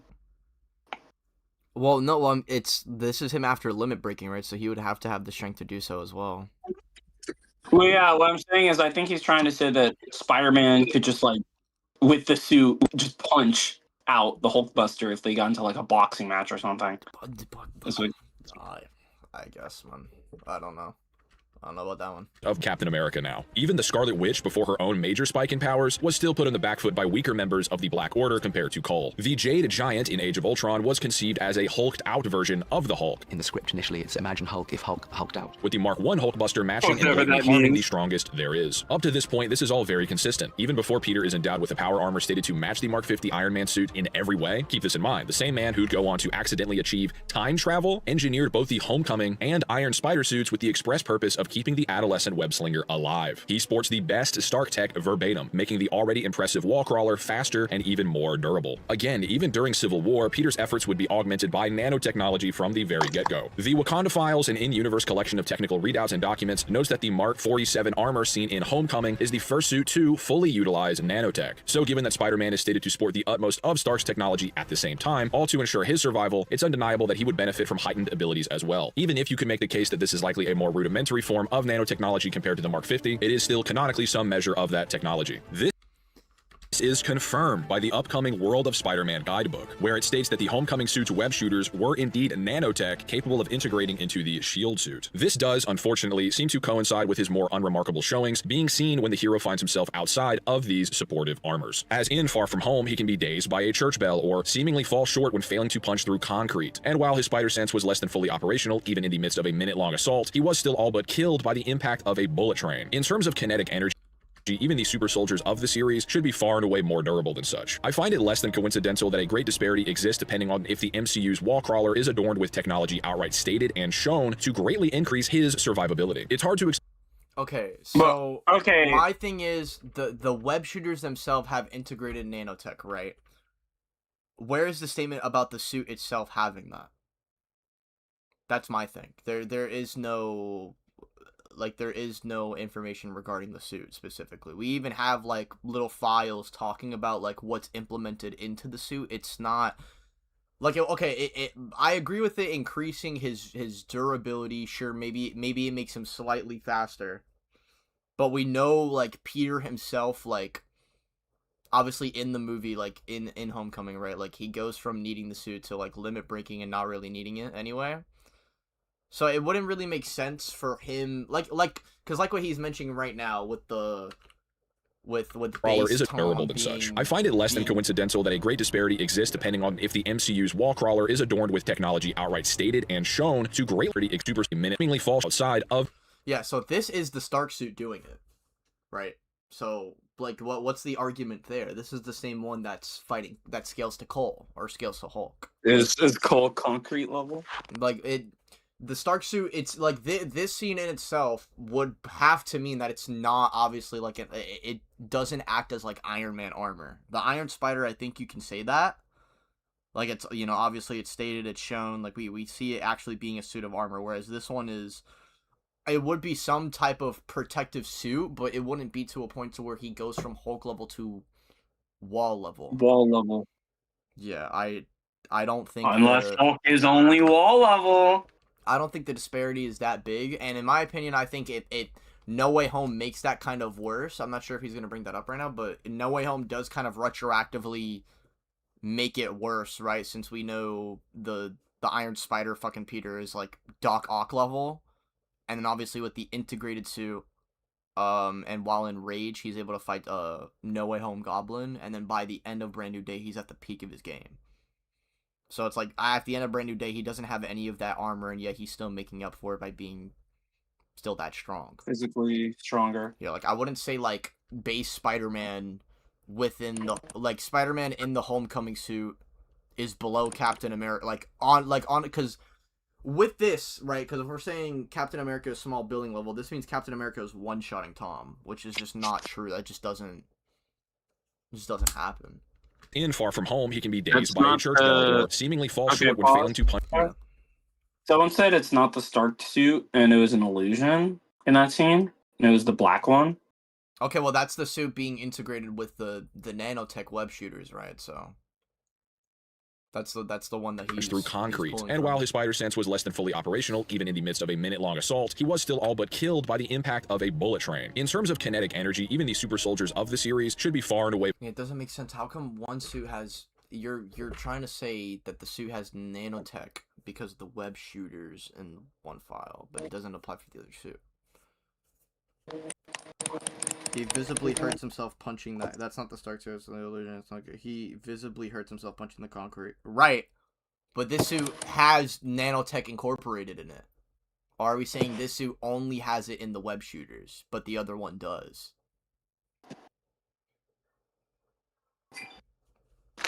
Why would that be the case? More I think Peter wasn't I find trying it at less the than moment coincidental to that a break great the disparity concrete. exists depending on if the MCU's wall crawler is adorned with technology outright stated and shown to greatly increase his survivability. It's hard to explain it otherwise, going from halting Cull and surviving attacks from Thanos, even if the Mad Titan only went all out against Strange and Iron Man, to displays such as this. I don't think his waning danger sense as depicted in Far From Home is enough to justify this on its own. The world of Spider- Okay, but the feat of Peter lifting up the concrete itself, right? Like those two pillars, that's a base Peter feat. That's better than what the Thunderbolts did. Even him The holding concrete thing is an outlier. That's probably what I would say. Is it just seems like an outlier. I don't It's a think shield that suit, he's not considering nanotech one. consistently Right. concrete level. Right, but I'm saying the like what's being presented is that he's using the utmost technology, right? And then the suit in Far From Home has nanotech incorporated in it. Therefore, the other suit has to be enhanced. That's what I'm saying. Like, So you're saying the one that he uses in the Mysterio scene is just better than the one he has? well, I don't think so. The thing is, he's using the scan for the Agent Spider-Man web shooters having nanotech to support the fact that the Stark suit should incorporate that technology as well, since the Homecoming suit because also it's does like that. tech, I guess. I mean, maybe. I mean, ideally, right? But we know that Tony has suits for different means, right? So it's not all the suits are. He is wall level because he breaks walls. Hockey man. Okay. Spider-Man guide even accredits Peter's survival against the Stark drones in this scene to the shield's suit's defenses. So he was actually further protected as a bullet train puts him into critical condition, with every subsequent power armor amping him more and more. As described in this particular continuity, Spider-Sense warns him of upcoming threats. However, even after seemingly mastering the power in his second film, detecting Mysterio's drones with his eyes closed, he can still be shocked or surprised. In reality, it's definitely true that one's ability to withstand damage can be lessened if unprepared or not braced for the attack per se. However, in all of these instances, Peter is aware of danger in itself, even if he wouldn't be alarmed by the presence of the bullet train thing. He literally just got out of an illusion. Like, he was 100% off guard. It was not a speed blitz. future threats. In a street fight, the odds of a sucker punch devastating the target is a lot Well, I higher guess than a he's more UFC bout, arguing where that, both like, combatants the are bullet presumably train on guard the actually entire time, as an example. You just can't convince me that in the midst of these insane illusions, especially with Mysterio talking right to his face, that Peter Parker would not be on guard, knowing he's in danger right before. Well, he doesn't know he doesn't know what's going on. He's not aware of what's happening around him. Before he gets hit by the bullet train, Well, he which can be all but kills on- him. He's on unconscious for guard hours for until Are he you ends up arguing the Night Monkey is the same as the Stark suit? No, I'm saying he's saying that the Stark suit is incorporating some type of nanotech, right? And that's what's making him, like, scale to call this one, this and that, XYZ, right? But we know, and the evidence he's using that for to prove that the Homecoming suit has that is with the Night Monkey suit. But we only ever get a statement about it having nanotech webbing. And this is after the fact that, this is after Iron Man already implemented the Bleeding Edge, which is, like, him putting in the nanites fully, right? So it is, like, probably more in his... it makes more sense for Tony to do that in a scenario where he's using it, right? Rather than, like, oh yeah, let me incorporate it for this suit, even though there's no, like, confirmation on it. That's what I'm saying. Maybe his spider sense can only sense multiple things at a time. Well, Spider Sense in this movie was like wonky as fuck, and the illusions trip it out. Like in another country. In fact, a detail that's easy to miss Well, the is thing that is, Peter even with actually Free Call, you did can get sense comfort. Mysterio's arrival on the scene before launching his illusory assault, so even his somewhat dulled senses still afforded him a general degree of danger awareness. That being said, by the time of his he's aware of it coming. He's not aware of like what's going to be third happening. solo outing, the narrative points to him being at or even beyond the status of his mentor. Stark believed in Parker that he could be an even greater hero, with the vice president of Far From Home's production saying that he did achieve that outright. He is the new Iron Man, marked by his creation of a new and improved suit, stated to further aid his defenses by incorporating his own web fluid, much more durable and a lot stronger than the Homecoming suit. Yet still, he mostly struggles against drones that can be downed by normal firearms or affected by unpowered high schoolers wielding crude weaponry, so take that for what you will. Peter can be the next Iron Man all he wants, but that doesn't make him ready to be Spider-Man. Wait. Is As he reality trying to imply that, like, if MJ and freaking Happy, like, hit him over the head with the suit, It's like, down he's in gonna Wolf's get George, hurt? iconic villains both from the Okay. Sam Raimi and Mark Webb Spider-Man cinematic universes Was this plagued the not MCU just and its also webhead in downplay, particular. like, the From this rest of point the forward, Earth, I'm going to be though? comparing and contrasting the context and to outcomes be of fair, you battles where can Peter downplay 1 it, faced it's opponents scary. defeated by Peter 2, to elucidate any apparent gaps in their capabilities. Firstly, Dr. Octopus provokes the Iron Spider, threatening the MJ of his universe. Their fight extends over a populated bridge, with Ock withstanding multiple kicks, staggering, and casually rending apart the nanotech protecting the young hero. Keep in mind that these extra appendages amplify Spider-Man's combat speed, coupled with his apparently mastered spider sense, as well as his durability. It would also include advanced sensors and scanners, all the bells and whistles of at least the Mark 50. Only via incidentally hacking Otto's AI-controlled arms does the Stark Tech augmented Peter 1 survive this encounter at all. John kept pushing us more and more, getting really just beat to hell the whole time. It's imperative to note as well that based on when Otto was pulled from his reality, him and his arms would actually be gravely fatigued, having been battered by his Spider-Man and electrocuted by stabbing into a cable empowering his nuclear fusion device. The Spider-Man 2 official novel depicts these arms screaming in agony, Otto's back aching, arms paralyzed, and lying impotently. This would also account for Ock's arms being sliced into by Goblin's glider in No Way Home. In fact, both Otto and his arms were blasted by Electro's amped up lightning earlier in the movie, which is clearly a vulnerability of the arm's integrity. Before these injuries, Ock being at the peak of his powers, he'd first clash with his Spider-Man while the hero was suffering from weakened abilities all around. Even with his strength elapsing, he still manages to overpower Ock's arms via his anger, officially stated to dominate this fight at one point, seemingly KOing Otto momentarily, all while the words of Uncle Ben ring in his ears, chastising him for allowing the villain to put Aunt May in harm's way. Later on, after embracing his destiny and enjoying a new height of power, Spider-Man was on the verge of defeating Otto, all while the villain took advantage of nearby citizens, tossing them out of the moving train before rigging the controls, kicking the hero while he was down after he was pushed beyond his limits. Still, this Spider-Man licked his wounds, bounced back, all to outmaneuver and pummel Doc Ock. Official sources saying blatantly that these adamantium arms, the same ones that tore apart the Iron Spider while barely functioning, are no match for this wary and surely fatigued webbed Avenger. Soon after narrowly surviving Ock, Peter 1 dons an inside-out version of his Far From Home suit, coming face-to-face with both a weakened mid-resurrection version of the Amazing Spider-Man 2's Electro, and Sandman from sometime after the events of Spider-Man 3. To put this into perspective, as far back as the first Avengers film, Iron Man had already adapted after his battle with Whiplash by incorporating technology that allowed him to absorb and redirect electricity, even when wielded by the mighty Thor. This was all before Stark then used the best means available to him to design Spider-Man's suit, with the Far From Home outfit being greatly improved upon even that. Yet still, a single blast from this weaker form of Electro floors and dazes Peter 2, with Sandman then protecting the hero, holding off Okay, well, if he's it saying had, that he has. He's saying that Electro would one-shot Thor, or is like a one-shot difference from Thor? I don't know if I would agree with that sentiment. Well, no, he's not saying. Well, actually, okay, no, I see what you're saying. Well, that's literally what that would imply. He Yeah, just said he has Iron Man level resistance to electricity, and he got one shot. So that's a one-shot difference. That is what he is implying. I don't know if I would agree with that notion, but like that would like, what he's basically saying is like these guys solo like all of like Phase 2 or like any like Age of Ultron, bro. If it's the Sinister Six, they're cooked.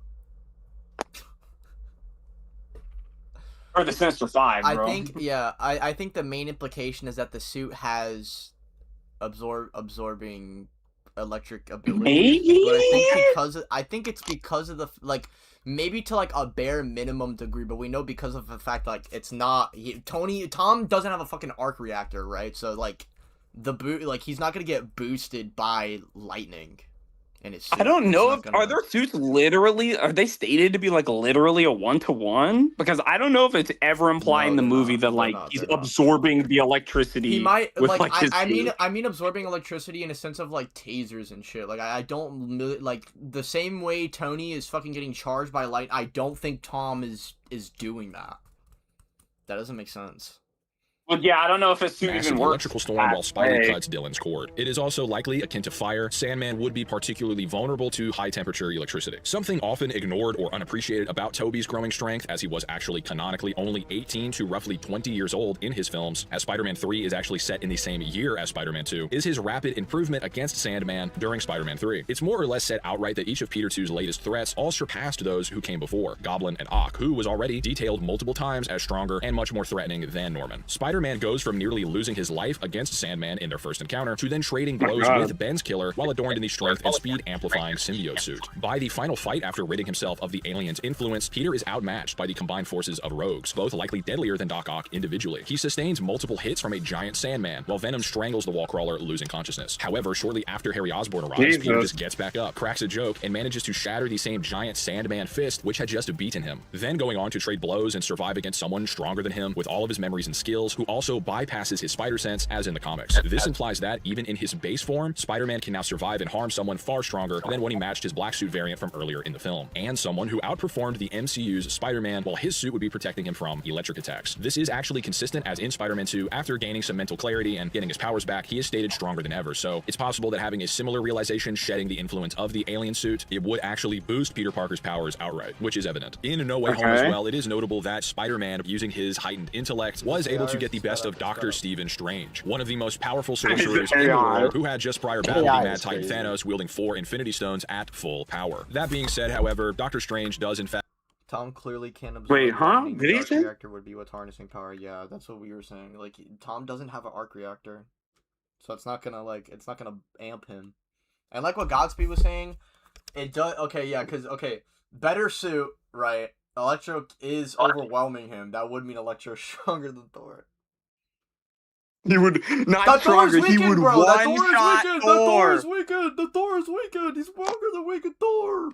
Love and respect Peter Parker, and it is pretty evident that if he wanted to, he could just push his soul into an alternate dimension or something. Doesn't this get dumped by Electro being amped by Iron Man 2 levels of power, and he was giving every Spider-Man the hands? Listen, let's not talk about it. Showcased in his own movie and his battle with Thanos, like I said, it's pretty evident that if Stephen Strange really wanted to mess up Spider-Man, he could have, but he actually considers him a close friend. Tom would then, after Ock returned the portion of nanotech which coated his own metal arms, sport a fusion of the Iron Spider and his enhanced Far From Home suit. This being the integrated or hybrid suit, which both the film's official art book and cinema program note as signifying the hero stepping up to a new level, being the ultimate Spider-Man outfit, weaving the best components of both Tony and Peter's peaks of ingenuity, only for Tobey's very first villain to laugh off and shatter Tom's full power effortlessly per No Way Home's script and other various sources. Spidey isn't doing so good in the fight, and he's got Goblin against the wall, and he's just giving it all he can. The Green Goblin, with his bare face exposed and unprotected, is unfazed even when the MCU's Spider-Man cuts loose to the utmost, freshly adorned in his most powerful Iron Spider surpassing supersuit. In the final act of the film, Tom is fatigued as Electro continues to floor him with glancing blasts, or while Lizard casually eats his attacks and slams him into the ground. But don't forget who put him in that state in the first place. Even with Bloodlust genuinely wanting to kill Norman and sporting stronger armor than ever before, Goblin still managed to dodge, strike, power through, and slash into Peter 1 as the death of his aunt empowered every attack. Rage is commonly studied in the real world to have an effect on one's strength. Paul Davis, a researcher at the university in Sweden, wrote that anger increases the physiological resources one's body draws on from when committing to an attack. Multiple studies prove that rage significantly empowers these movements, and that's even just in regular people, much less superhumans. So Goblin was unaffected by Tom's full power, and then coupled with his rage, which could very well have been offsetting or making up for his injuries. Osborn is still competitive and was in fact eager for more, even after suffering Peter 1's frenzy. Keep in mind, Norman wanted this specific Spider-Man to kill him, actively goading him or praising his murderous intent. But if we flash back all the way to Spider-Man 1, we'd find the Raimi vs. Spider-Man at the very beginning of his evolution, which I've already mildly detailed. In the very first fight, both parties trade blows blows fairly evenly. However, when they next meet, it's apparent that Parker has grown more accustomed to his abilities. This fight inside of a burning building shows the hero outmaneuvering and humiliating the villain so badly that it causes a psychological schism in Norman's already shattered mind. He says to himself that Spider-Man is all but, or practically invincible. He did not think he could reasonably kill or defeat his arch nemesis conventionally, implying that after their recent fight, he doesn't think the sleep gas or missiles or any combination therein would be effective. So he concocted a scheme to break Parker's spirits by forcing him to face loss, leading him to embrace death at Goblin's hands. His plan goes south, however, as Spider-Man proves capable of saving both a cart full of children and Mary Jane, all while Goblin batters the helpless hero with his full power, who surely strained, performing presumably the heaviest lift of his career up to that point. You often find weightlifters buckling under nosebleeds or passing out altogether when pushed to relatively similar breaking points. I should also emphasize for probably the 100th time on my channel across all my videos that lifting strength does not really correlate to striking strength or durability, which is far more operative in a fight. The strongest weightlifter cannot strike as hard as the strongest trained striker, etc., etc. So you can't really point to like a fairy lift or, I don't know, maybe Tobey Maguire essentially lifting every piece of metal in New York City, fighting the gravitational pull of a small star. We can ignore both of those because they're not really important.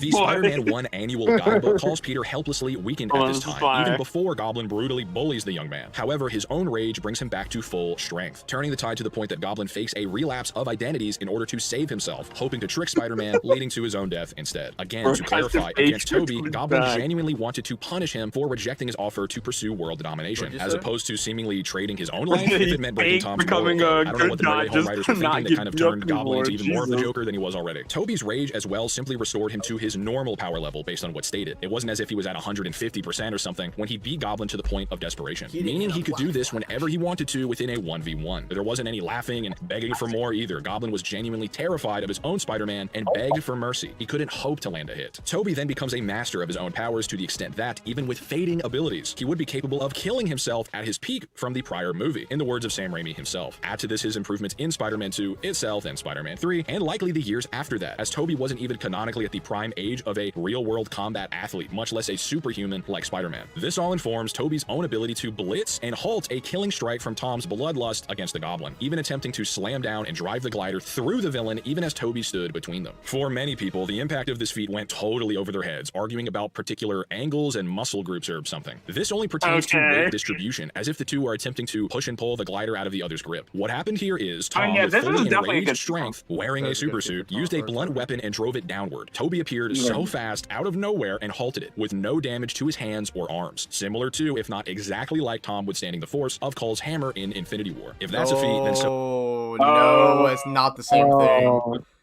It's not the same thing. Was this. If the actual kinetic energy of the attack was too much for Peter 2 to withstand, his hands would have buckled or been broken off, or sliced right through. Again, the particular poses here have nothing to do with the actual durability of Tobey's hands and arms. He essentially caught both of Tom's punches like an anime moment. This moment, that's all that matters. That's all that's worth talking about. Even in No Way Home itself, Tobey is only there to cure the villains, many of them being mentors or victims in their own right, which he'd spent years imagining ways he could have saved them. He doesn't even want to kick ass. Yet, he's more or less unfazed by prolonged lightning blasts from an arc reactor-empowered Electro, which could have even affected Tobey's bones, muscles, organs before he blocked Tom's attack, compared to Peter 1, who gets dazed and staggered by much more mild blasts from all across the movie's runtime. In fact, Tobey fought the Lizard, survived Sandman trying to suffocate him, which is described as his ultimate attack, sustained prolonged electro blasts, and a pumpkin bomb along with the other two Spider-Men before blocking Tom's bloodlusted attack, all while holding back as he pretty much always did in his trilogy. All of this together could as well explain Goblin's ability to stab the experienced hero, who still basically shrugs it off, literally eventually standing unaided seconds later after an actual knife to the vertebrae. Whether it's against Goblin, Electro, the Lizard, etc., etc., Tobey simply outperforms Tom by order of magnitude, citing his original movies or No Way Home itself. There at least did exist a kind of headcanon or cope suggesting that all of the villains passively got an amp from just entering the MCU. This is never stated and demonstrated. Again, Ock and his arms would be damaged and functioning at less than 100% when they tore apart the Iron Spider, or even when Goblin slashed into them. Norman does augment his armor, but he only slapped on parts of his own glider to his suit, something Tobey could punch straight through in the first movie, which also doesn't account for his bare face withstanding multiple attacks during both of his battles in No Way Home with a smile. Again, more lore from the Raimiverse that gets overlooked is Harry Osborn's blatant superiority compared to his father. Unlike Norman, who actually didn't receive the full Goblin formula as the experiment was actually halted by Dr. Strom, Harry would enjoy its utmost potency, being made far stronger, faster, and more intelligent, using those resources to exhaustively study Peter, who'd grown far stronger himself since Spider-Man 1, wielding far greater rage, focus, and weaponry compared to his father. Even in their first battle alone, Parker is holding back, all while Harry launches a merciless assault. But now you're battling your best friend who you love dearly. And how does that affect you and how you go about trying to stop him as he's trying to kill you? Ending with the hero pretty much accidentally putting the younger Osborn in a coma, honestly humiliating someone at this point deadlier than Dr. Octopus, who in turn would foderize Norman. So even if the original Goblin in No Way Home was amped in every way, the new Goblin is as well an all-around upgrade compared to the original, and a holding back Peter 2 swiftly defeated him. There is a very bizarre event when Norman first arrives in the MCU where he smashes his mask with a single swing of a chunk of concrete. Obviously, this thing is designed to protect his face. In fact, the first movie novel says that this web fired from Peter 2 would have taken the villain's head off if not for his helmet. Again, the No Way Home art book says that these villains were unchanged from their original depictions, so some spike in power is unlikely. It's worth remembering that these characters are only in the new world due to their knowing of Spider-Man's secret identity, which Norman would only learn after multiple battles which surely put strain on his armor and mask. Multiple statements taken together inform that, despite his rage and adrenaline, Peter 2 only sought to KO Osborn rather than outright kill him, again contrasting with Tom Holland's version. Plus, if we're to believe Goblin is now somehow capable of one-shotting his own armor, and this random chunk of gravel can hold up to that, Harry, who's stronger than Norman yet weaker than Spider-Man 3 Peter, can one-shot an entire brick wall. So, speaking of the multiverse, if these Spider-Verse films are to be believed, Tobey, Andrew, and their villains would in fact be weakening at a cellular level as they are displaced from their home dimensions with no apparent wrist devices to keep them. I don't know. The whole glitch thing was mainly an idea in Spider-Verse.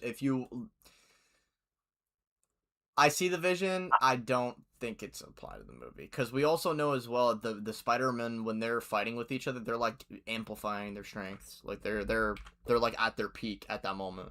So I don't think they would be getting like passively crippled.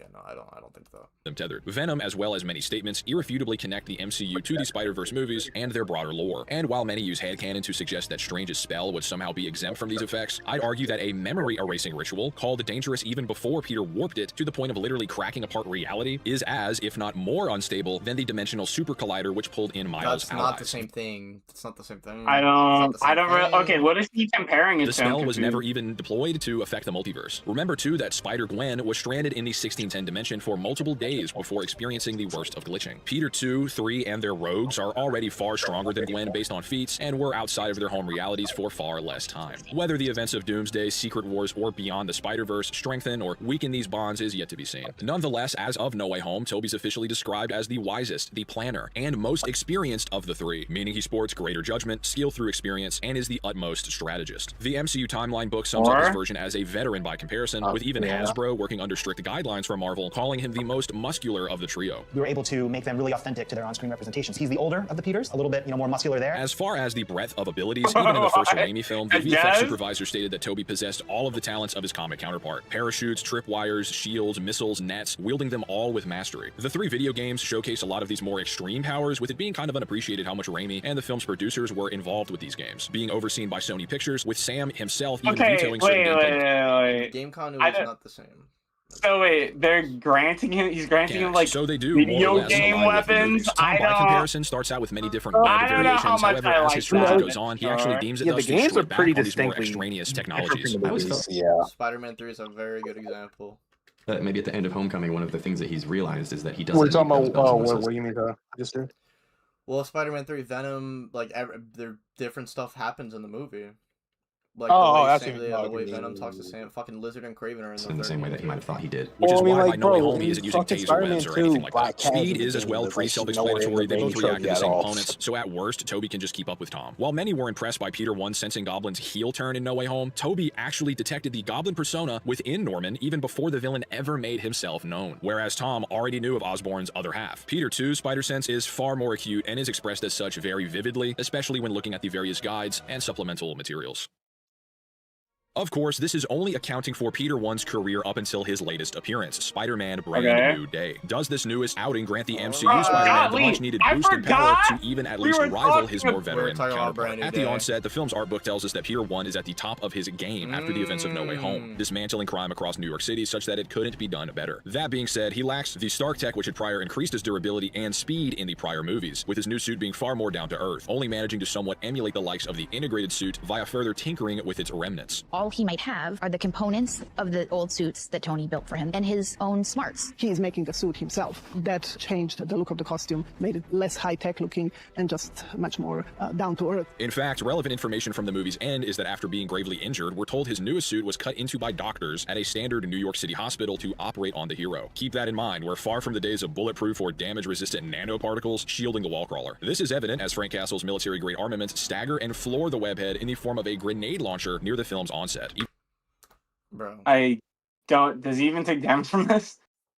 Been blasting through his current web formula. The MCU is no stranger to exotic, super powerful weaponry. However, throughout all of Punisher's appearances, there has been no allusion to his procurement of such. Nothing in the film even suggests Frank is using something like stolen Chitauri tech, Judas bullets, anything other than standard rounds we'd find in our real world. I think it would be too big of an assumption or sheer headcanon to claim Punisher's firing anything other than typical rockets, grenades, or bullets. Later on, Peer even admits defensively that Frank's random booby traps, pieces of debris from a shipyard, could have killed the hero. Punisher himself agreeing that mere claymores would have blown him to bits, so this is consistent. I don't understand what Tech let him survive. I don't understand what he's arguing, because like they literally are in the same movie and they fight the same guy. So like Toby would just also have all of these weaknesses if like he fought him.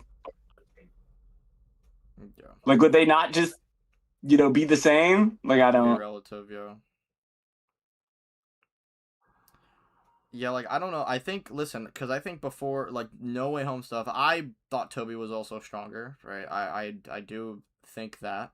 However, I don't think he's, like, a tier above him. But you don't think it's, like, some, like, insurmountable gap? No! Yeah. I mean, I just don't think him saying he's bullet level is fair. What he's saying is enraged peak suit Spidey is scaling to, like, glitched, weakened Toby, who would be weaker than Spider-Man 1 Toby. Like, that's what I'm understanding. Drones, pumpkin bombs, or Iron Man level lightning bolts. I can only assume as a Stark Wait, hold on. You know, this pumpkin bomb doesn't even fit. That does not. Okay, if we're going with this logic, that pumpkin bomb should melt his face off. Why isn't his face melted off? What do we say to that? Hey man, I don't know. What do we say to that? Or Iron Man level. They all just tanked the frickin' the same stuff. Bolts. I can only assume as a consequence of the film taking a more grounded street level approach, barring the Hulk or the film's climax, that this is sort of the norm for this movie. Despite prior, perhaps Stark Tech augmented displays of lifting impressive weights, Peter 1 this time struggles to redirect a tank or pull its top hatch off during the initial chase scene. This is followed by his being scanned by the Department of Damage Control, with his actual power level in the form of the PSI his body could withstand being legible on screen. It's small, but it pretty clearly reads as muscle fiber density 4. Okay.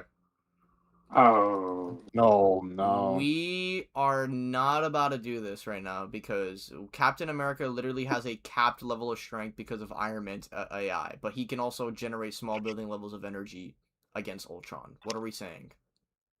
Like, wait. He's saying that he's like, oh god, what is this PSI? Is this PSI even gonna get him over like street level or like wall level? Probably not.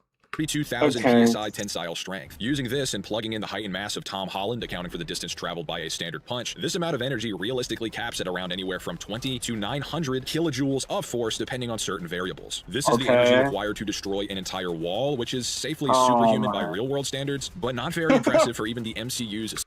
Frank literally says he has alien grenades. They didn't damage the Hulk. Hulk got knocked back.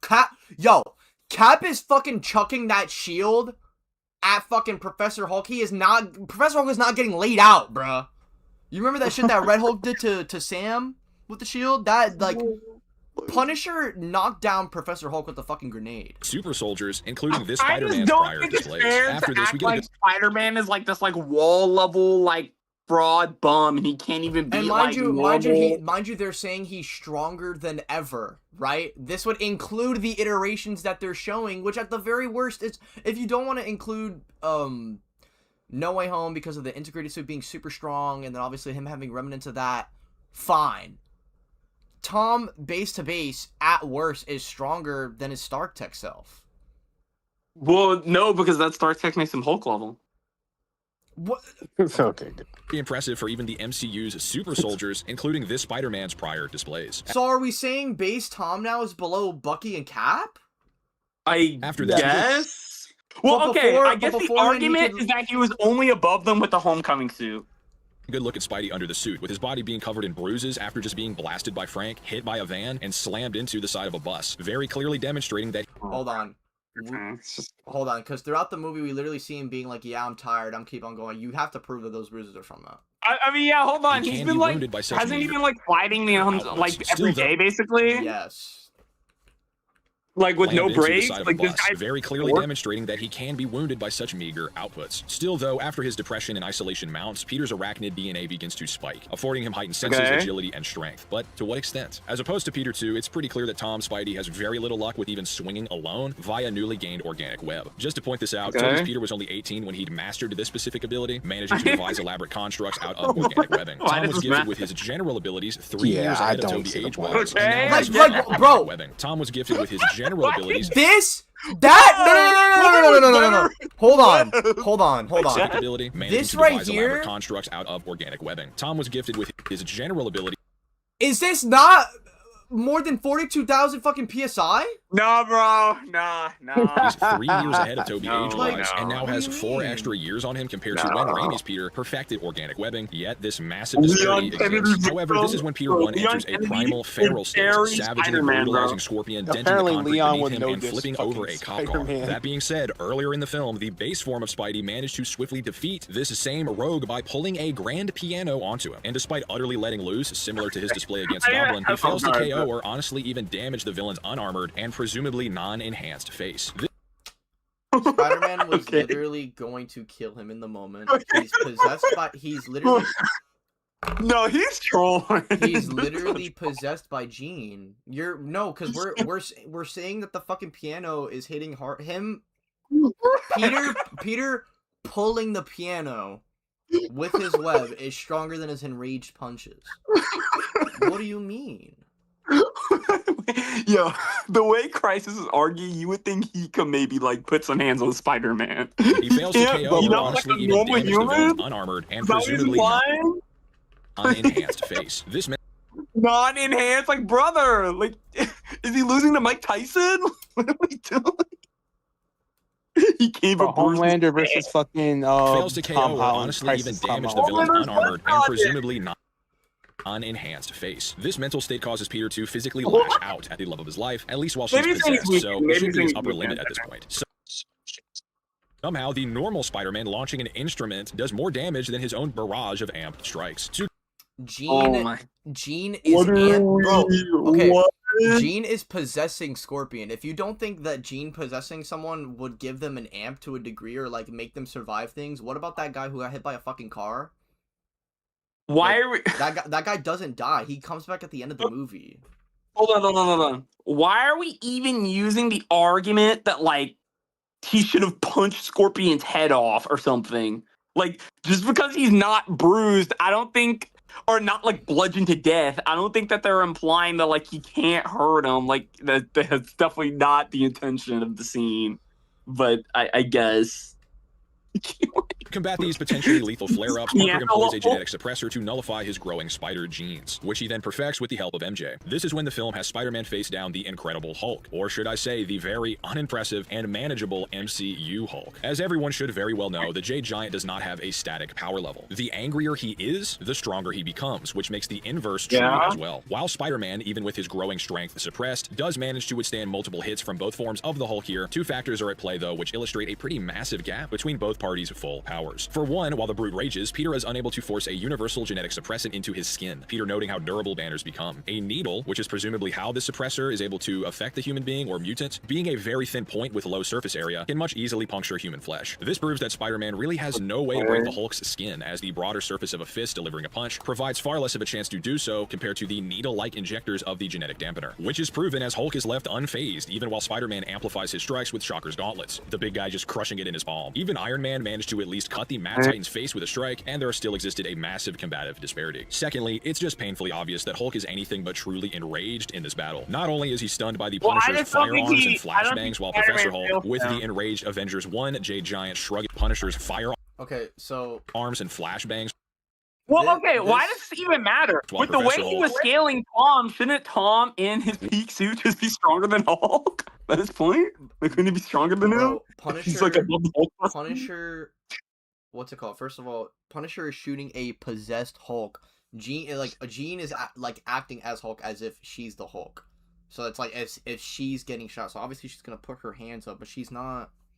I don't think. Well, I mean, they literally say in the scene that he's tickling him with the bullets. It's not doing anything. Plus, isn't it also shown in the film that like when the people Jean is possessing take damage, she also feels the effects. So it's like that's why she's putting her hands up. Like pretty clearly, she's trying to protect herself. With the enraged Avengers 1, Jade Giant shrugging off attacks from S.H.I.E.L.D. attack helicopters, but Hulk puts his hands up Wait, there wait, and wait, that. wait, go back. Was he not blocking with that? the enraged Avengers 1, Jade Giant shrugging off attacks from S.H.I.E.L.D. attack helicopters. You can lay But back down. in Age of Ultron, it was established that Stark and Banner both worked together to devise countermeasures against a rogue Hulk. Tony, against that very threat, mistakenly refers to Bruce's other half by the Doctor's name, which sends the Green Goliath further into his rage. Parker does this exact thing while begging for mercy and actually calms Hulk down, proving he's simply nowhere near as Tom literally said that Frank's bullets should just like tickle Hulk to death. Oh yeah, I said that. Yeah. Peak of anger and therefore I power. think he has This like is a further bomb or confirmed as something even that before might this, Hulk is damage weighed him. down.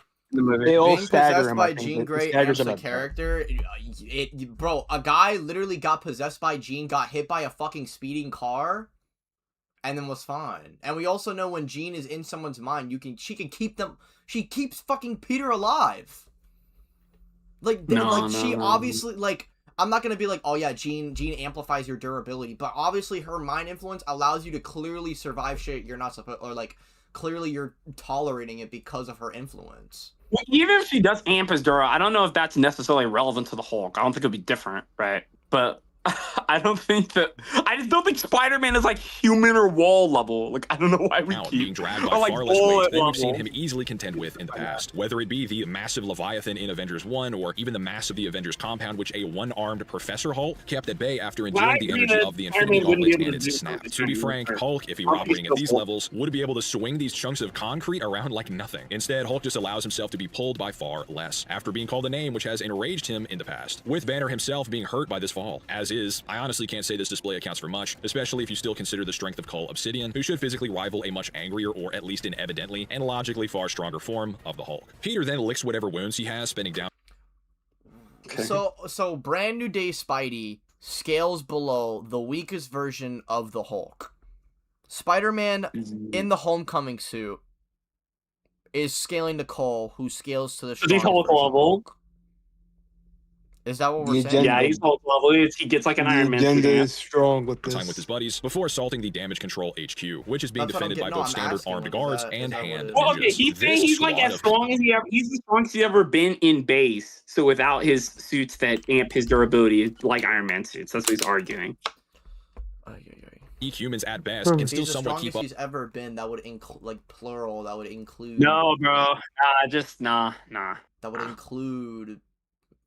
With and harm Nah. Parker with these electric batons, lacking any description or specifics. Jean only later mentions the one singular weapon that the Department of Damage Control devised to counter his webs, not multiple types. So these batons are nebulous. After clearing them, however, Peter is basically beaten to hell by, again, a group of ninjas sporting those batons and katanas. He lands direct hits on them, all while the lives of many innocents hang in the balance, and he fails to KO a single one of them. Again, these are more or less Daredevil tier fighters, barring wild logical leaps that they were significantly amped since that show via some unseen serum or something. If that's confirmed later down the line, then we can at least have a conversation, but as it stands now, these are even likely novice members being called mere wayward youths, and small groups of them can still somewhat keep up with and injure Spider-Man, either with melee attacks, a katana, or ninja stars, which pierce his flesh, or these electric batons. This being between his failed attempts to knock over a random metal door after around 10 consecutive these guys, and they're clearly strikes, amped. failing to pull it off its hinges as well. Again, we'd have to make some exhaustive series of excuses. What is this door? Did Damage Control steal vibranium, mine adamantium from Tiamat? It's technically not Okay, impossible, door but level. unless it's stated, it would be nothing short of Door wild level. speculation to say this is anything other than standard steel or something, and Peter can't even hope to dent it. If you want... Well, we know. Okay. In door Garrick, I will level. say Garrick did bring up a good point in his video, the security door thing. Like The Hulk was clearly- punching. Well, yeah, clearly Damage Control has security to like deal with superhuman threats. First of all, this is like a superhuman verse where they have knowledge that there are these like powerful beings. I don't think they're using normal like metal doors that like rocket launchers can break in real life to stop metahumans. Like The I feel door like that's literally holding them from their experiments. Like I don't think that's really fair. Like to argue. I could tank that car getting chill. I'm going or Tom going extreme dip with Iron Fist. The sight damage controls other door earlier in the movie, which not even Professor Hulk could budge through. He can be pestered and stunned by Punishers, as far as we can tell. Totally normal weapons. After embracing his inner Spider, Parker strikes back intact. Despite launching these ninja, none of them are knocked out. This new form of Spider-Man is clearly much more powerful. The very same stun baton which injured him earlier shatters against his arm now. But remember that much like Scorpion, this unit was already dealt with off-screen well before Peter's amp. And like with the Punisher, these hand ninja are thoroughly established to be Netflix Daredevil tier at best. That era of Marvel is irrefutably wholly canon to the MCU, with Nobu after his resurrection being explicitly noted as an empowered, high-ranking hand operative. A newscaster in the movie describes them as super. Huh? Would this not lend more credence to the idea that the hand are amped in the second confrontation when they're beating him? Yeah. Because he already beat them. And even if they're not amped novices by or fucking argued, Jade! he beat them at their peak. He stopped all of them. These Daredevil rivals, he soloed them badly. And then they all get amps, and they're just stronger now with weapons that built to counter him. I think it's fair to say that the hand when Jean Grey is controlling them are just amped. Because they're not. Speaking of MCU Hulk, would he in any way scale to Surtur? He doesn't really scale to Surtur. Human. However, so was Nobu. And without elaboration, there's really nothing to distinguish their combat abilities since the unit's prior appearances. Yet, even with his newfound power, the best Spider-Man can do is web them up after multiple of them walk off his direct, apparently supercharged attacks. None of them are left on the ground reeling after he tags them, nothing like that. And that's pretty much the movie's final battle. He's saying that the tank is super charged. He literally... Do you remember what he does? He literally holds him back from getting, like, stabbed. Like, from getting killed. Like, he doesn't want to kill... He doesn't want to kill him! Supercharged attacks. None of them are left on the ground reeling after he tags them, nothing like that. And that's pretty much the movie's final battle. He does manage to kick this door off its hinges, not even actually busting through the metal itself, which is pretty cool, I guess. However, he's almost immediately shot by one of Punisher's high-caliber sniper rounds, and despite being able to dodge lightning in his Stark suits, his best bet is to grab the person Frank was aiming for, pivoting his own body into the bullets. Are we saying the fucking Stark suits make him lightning timer? Make him a lightning timer? I still hate this argument. Why is him sacrificing himself for another character a speed round was fired from an insane distance, that's which not of course the would point provide... of the scene. That's not He's the point. literally in a fucking mental... He's in a domain expansion battle with Jean. And more time for Peter to react, especially with his apparently increased range of the spider sense. Yet this was all he could muster instead of moving the intended target out of the way, sparing either of them. Instead, Peter is placed. He's in a genjutsu. That's like not his fault. Man, why didn't Spider-Man just despite his high durability and speed, being placed on death's door and only Is he gravity level? He's lightning timing, right? Like he's lightning timing, so you should just like just fucking like that would be stupid. Gwen and the Lightning were moving at slow mo, but Andrew would be in more of a rush to get Gwen than dodging the lightning. So Gwen, power of a telepath, maintaining his life until he's capable of surviving on his own. Downplay, like, here is the best you can say for Peter by being extremely generous. Even if being at the top of his game literally means he's overall superior to the integrated suit. As far as his mainly for the Phoenix point, or the Phoenix, I call it the Phoenix, the Jean Grey point. I don't think the point of the scene is for him to dodge the bullet. It's for him to sacrifice himself. Like it's narrative, he has to get hit by it. Obviously, they could try to write him to dodge it, but that's not the and point. Striking strength, which is to say, ignore every severely unimpressive display even at the start of this film, and we grant that maybe his headaches, which apparently are Advil level, the lack of control over his amp senses, accounts for. Yeah, it's a troll.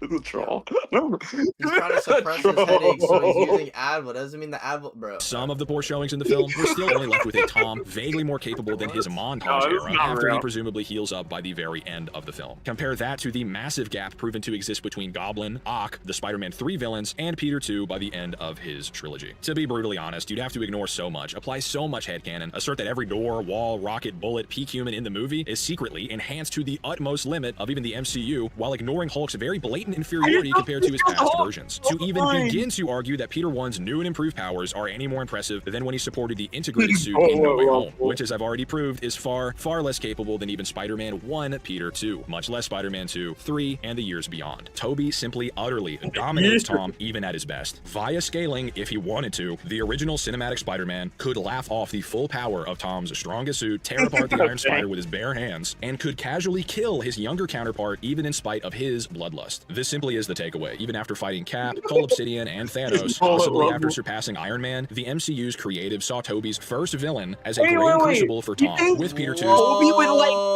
would he think Tobey could like run a tear on the MCU? Like if he fought Iron Man, that's supposedly stronger than Hulk, like Tobey could literally have soloed all of Infinity This simply is the War. takeaway. Even after fighting Cap, Cull Obsidian, and he's gonna be in Thanos. Doomsday. He's gonna be in Doomsday. Wait, We're stop.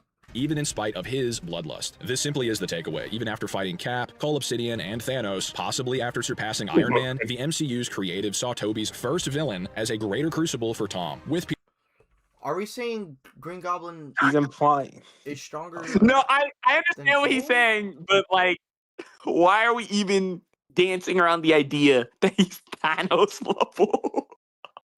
Tobey would have just ran the gauntlet. Peter and 2's fucking own power scaling for his I series. get what he's saying, right? Like the Iron Spider stuff, like whatever. I don't even think they mean in the Especially sense putting him of multiple like, tiers beyond Goblin by the end of his trilogy.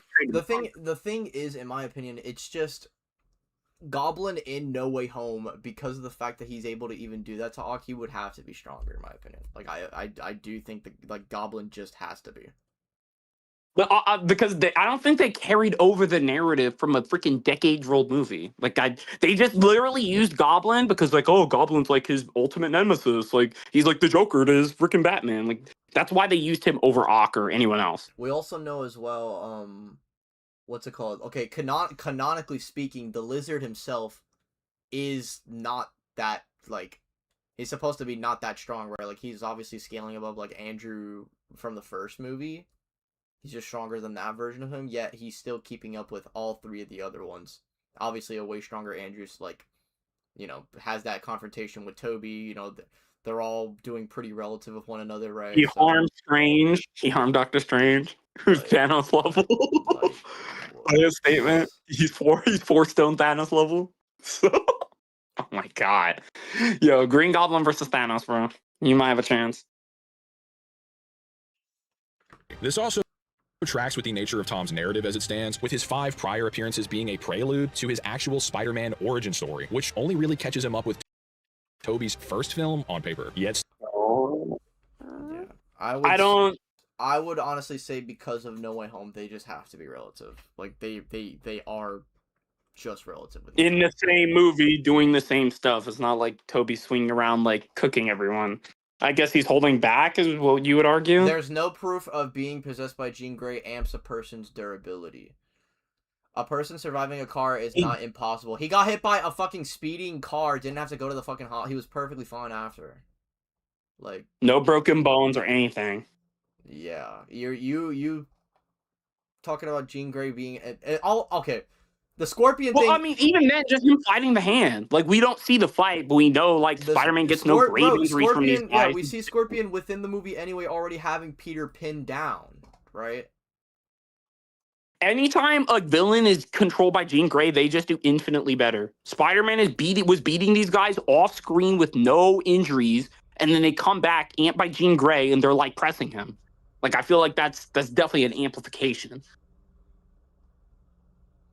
Tobey over Thanos. I don't think he's arguing that per se. He's not arguing that. He is trying to argue that they can the Cole stuff. The Cole phase stuff. 2 level. Yeah, no, yeah, the. He's arguing their phase 2 level. Yeah, like, but... yeah, no, I don't.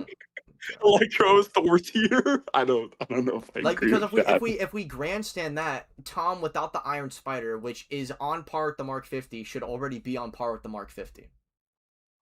Right, like that. Hold on. Like no, that doesn't make sense. This is fire, bro. I don't know, Trent.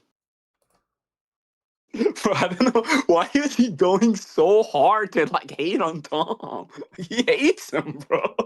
He's like rocket level. Iron He's Man Mark clowning him 50 for over like a Call Obsidian, wall. over Infinity War Iron Man, over No Way Home Tom, over Green Goblin, over Doc Ock, over New Goblin, over Spider-Man 3 Toby, over Symphony of Spider-Man, over End of Spider-Man 3, Spider-Man 3. Oh my god. Yeah, this is fire.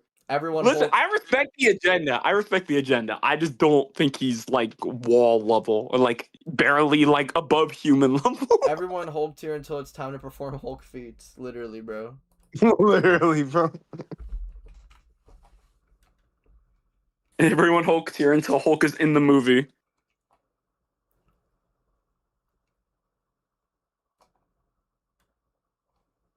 Chrysler would be arguing Toby would one-shot Cole.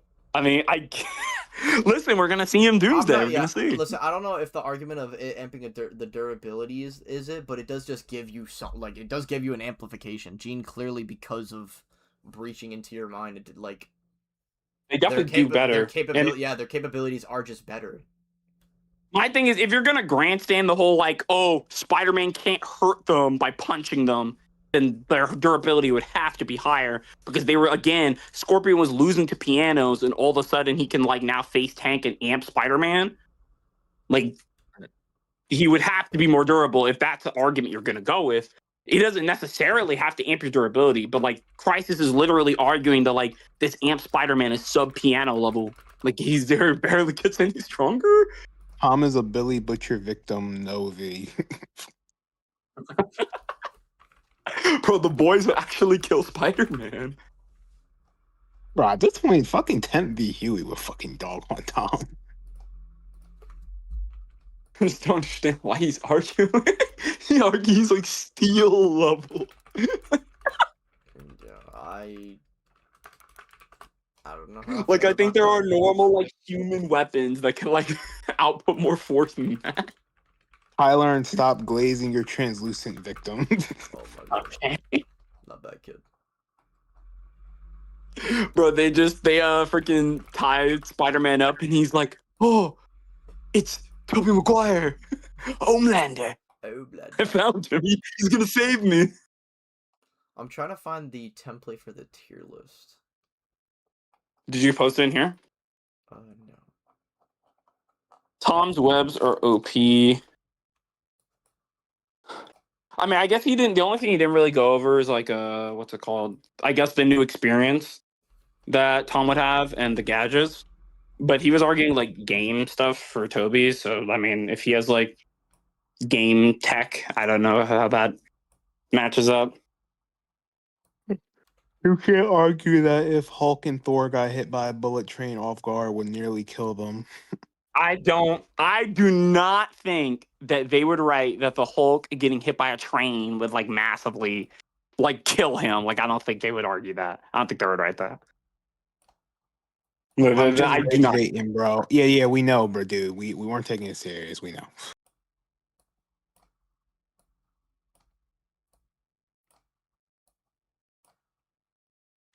Was the no? It's funny, but I just think it was really funny, like the extent. Like I don't even care about like who's stronger. I just think the extent he went to downplay him is just like comical. It's almost like unserious. He's trying to see his like grenade level, Well, like unironically, like he's bowler level. Like he's genuinely. He's like trying to convince me he's like street level. Like he Bro, barely wall level, if that. Now look, with the Raimi scaling or whatever, like if you want to say the gaps really don't matter because of how much stronger he gets in between his movies, listen, that's fair. The thing is, in No Way Home, that should be like Toby. That's I would imagine mitigated. That's obviously a post Spider-Man 3, right? Like he should unless he's glitch nerf. Unless he's glitch nerf. Yeah, I guess, but he's like him with the other Spider-Man. Obviously, like they're able to like do better against the villains. I need to find that statement actually. Let me go get that. What, did they do better than in their original movies? No, like the Spider-Man. Hold on, I'll tell you right now. Oh, that they're doing better because of each other?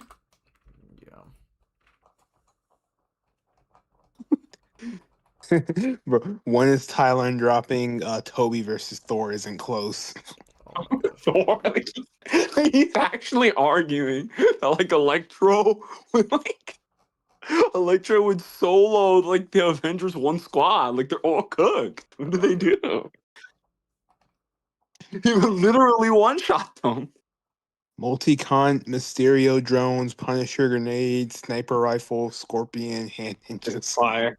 I just don't like the main reason why I don't think Spider-Man is like this Hulk tier opponent is because he's like getting shot by bullets or like struggling with these like more street tier things. Like that's not the intention. I don't think they're trying to do that because of one feat with Cole. That he immediately doesn't damage him after that. So it's like I don't think he's Hulk. Sorry. The scaling of the movies retroactively changed movie to movie. Iron Man is capping about his raps. Cole is a bum. Shang-Chi 100% not Hulk level. All those statements are fugazi. Listen, maybe Gambit is just in his ult when he's fighting him. Okay. That's enough out of you. Gambit never folds. Where's this brand new day stuff? Punisher solos Hulk. What do you mean? I guess he's trying to argue that Spider-Man's only like Hulk tier in the suit or in the Iron Spider and because and in the Ultimate suit and not like normally, I guess. And Brand New Day is just like far weaker, or at least at the start. And that I don't even. I guess he did say he got stronger, but I don't even know how much stronger he said he was. He said he was like struggling with normal humans and like walls and steel doors.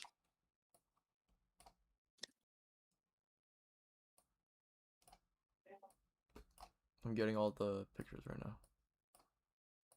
Spider-Man's Hulk level until it's time to get an actually good feat in his movies. Pretty much. If anything, Brand New Day definitely debunks the idea that he's this Cole Obsidian rival. He literally can't even damage Hulk.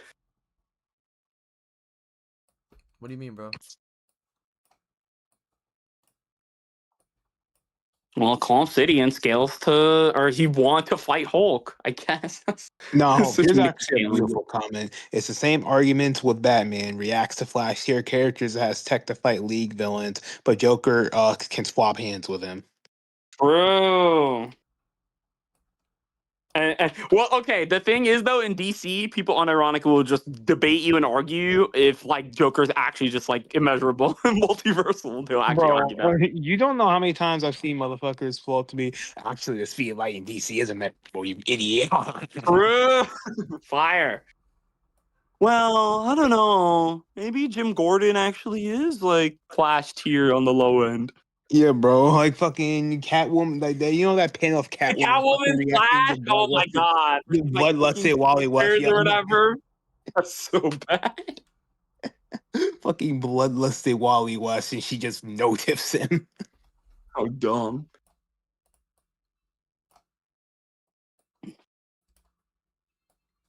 I mean, I do think it's kind of funny that MCU basically has the same scaling problems that Marvel does, where people try to equate the street tiers to the Herald characters, which they also do in the comics. Well, bro, it's actually sad though that people don't argue. At least before it was Batman with prep. Now it's just like normal ass fucking like Tim Drake. It's just immeasurable, bro. If you ask the DC writer, he's one of the three strongest heroes with the other members of the Trinity. They leave out Flash. True. I mean, listen, Flash is a Captain Cole victim, so yeah, fair. He's stronger than Flash and Green Lantern, apparently. Someone says Tombstone upscale had Spider-Man by the throat. Tombstone upscale. Bro, they're gonna come out with a statement. Tombstone, Spider-Man, one of Spider-Man's greatest enemies. He has said to have strength rivaling the Hulk. Hold on. No, they're gonna have a data book about that, bro.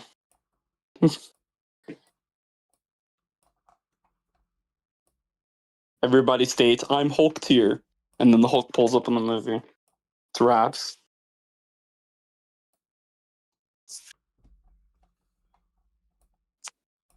Alright, I think I got most of them. You got them?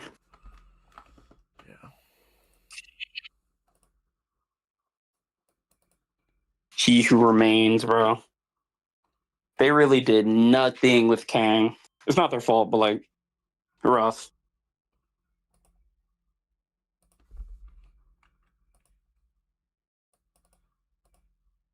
I wish they could have at least gotten more than Quantumania out of, bro. What do you mean, bro? That was peak. Bro, that movie is so bad. All right, we're gonna do a little It's quick just- list. Toby got to be doing full power Thor feats now because of the scaling. Just so over for that old man. Spider-Man 4, bro. He's gonna tank a neutron star. What do you mean?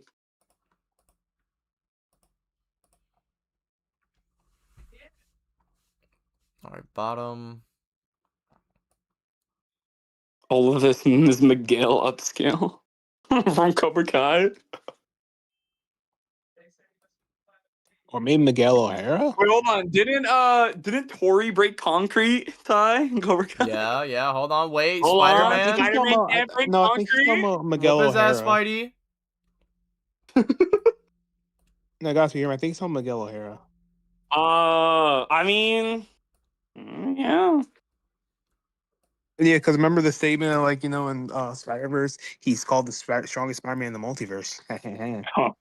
Oh yeah. We clearing Cosmic Spider-Man with this one.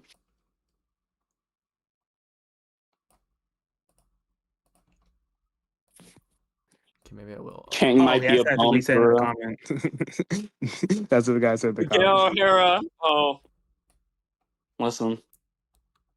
Miguel from Cobra Kai would beat the brakes off of Miguel O'Hara by the scaling. Miguel He's over conquered Cosmic level. Spider-Man. Kang might be a bum for real. Okay, let me get this.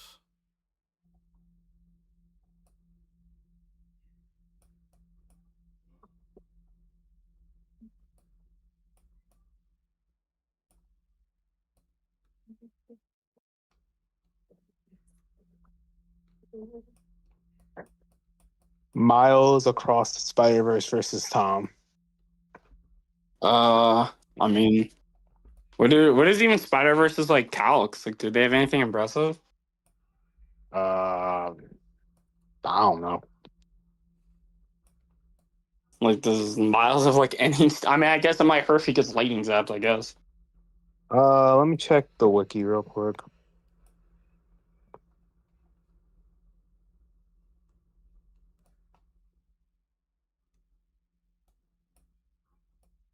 I mean, he could probably sense. Oh wow. Okay, large building, supersonic. Okay. Why is he even? Oh, comparable to Gwen. Gwen probably has a feat. Thank you.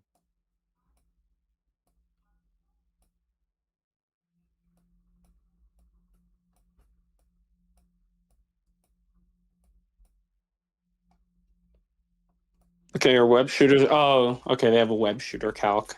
Gotcha.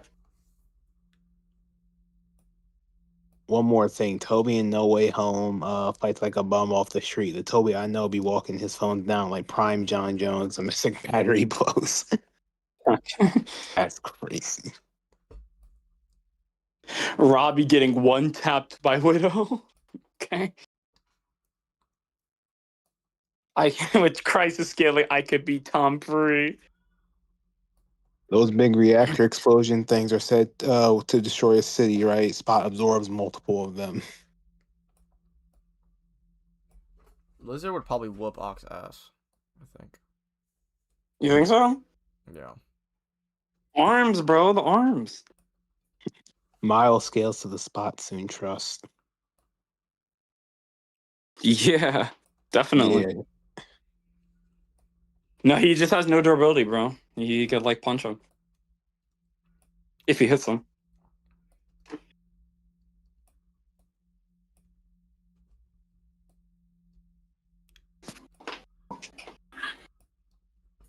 Yeah, this is probably what it looks like. Are we seeing it on the stream, Ty? You changing things around or? Oh, my bad. I didn't Oh, share the screen over here. Okay, Oh no, gotcha. yeah, I can see on the stream.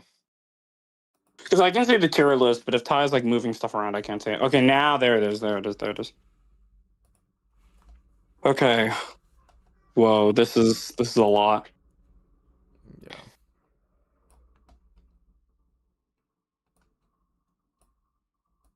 Why haven't you added Spider-Verse?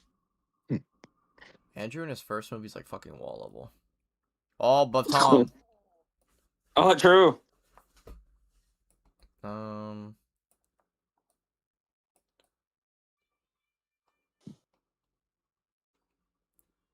Well, No Way Home Lizard is correct. I just put him here. Mysterio. Does Andrew beat either of them? Like, does he have anything At over this them? point, yeah, Andrew's just down bad. He doesn't have tech like them, or like Tom. He doesn't really have strength feats like Peter. Is he faster? I mean, he probably was before before No Way Home. Oh, I guess so. Yeah.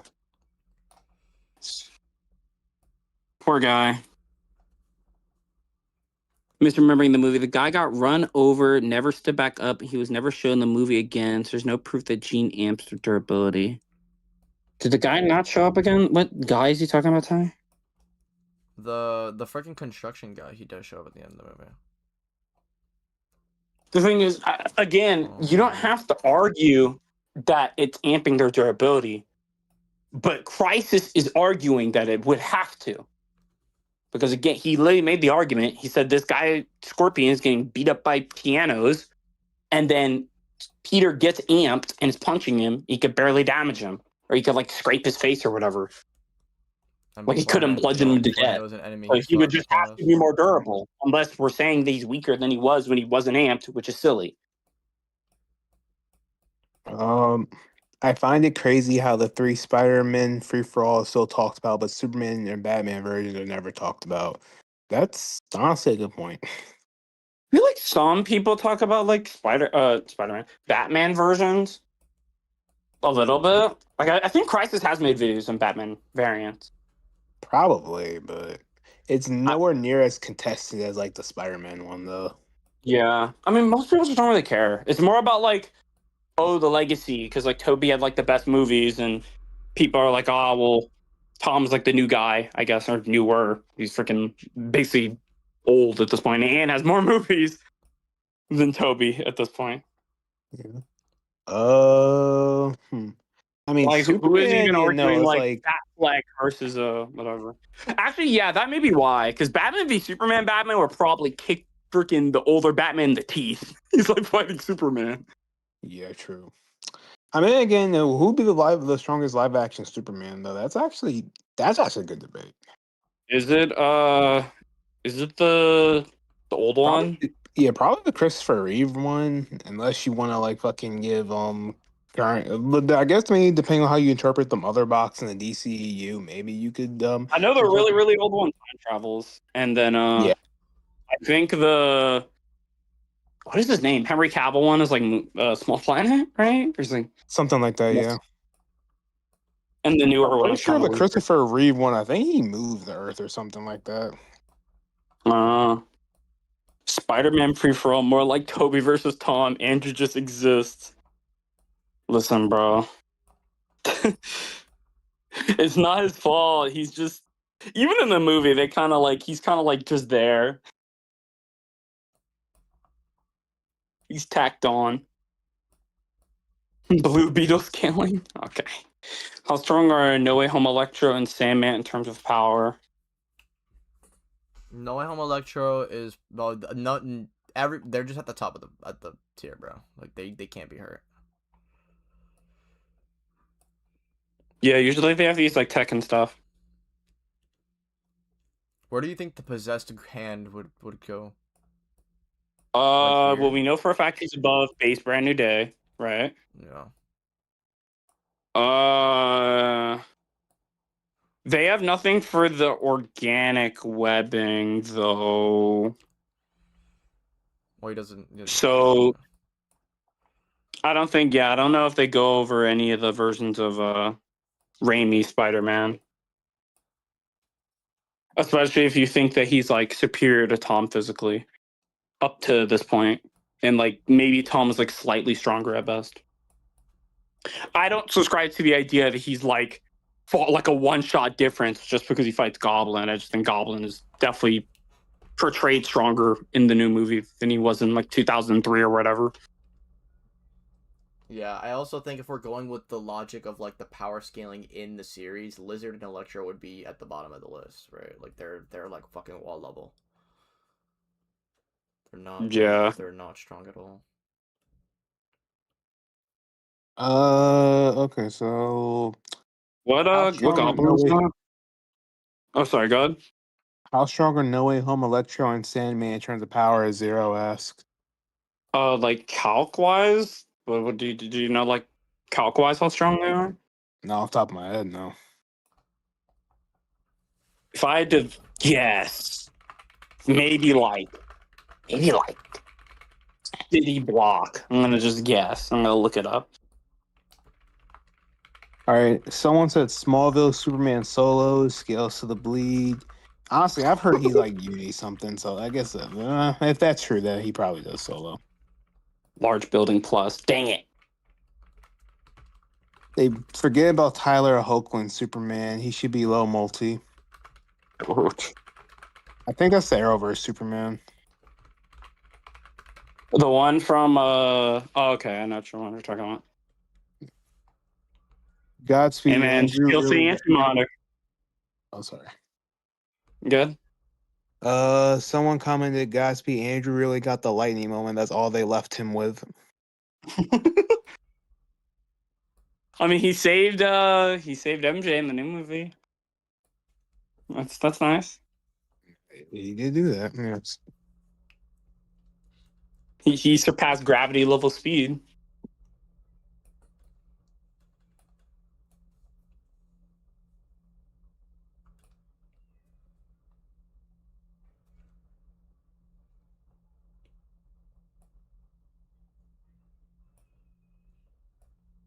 Do you really do you care to scale like the Raimi stuff? Not really. No.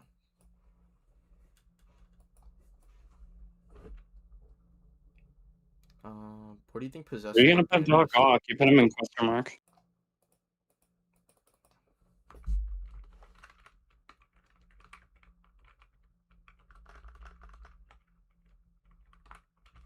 We have never seen Toby perform a web blow feat like Tom did against the hand with the webs, though. That is true. I mean, I'm being charitable to Sam Raimi Spider-Man, though.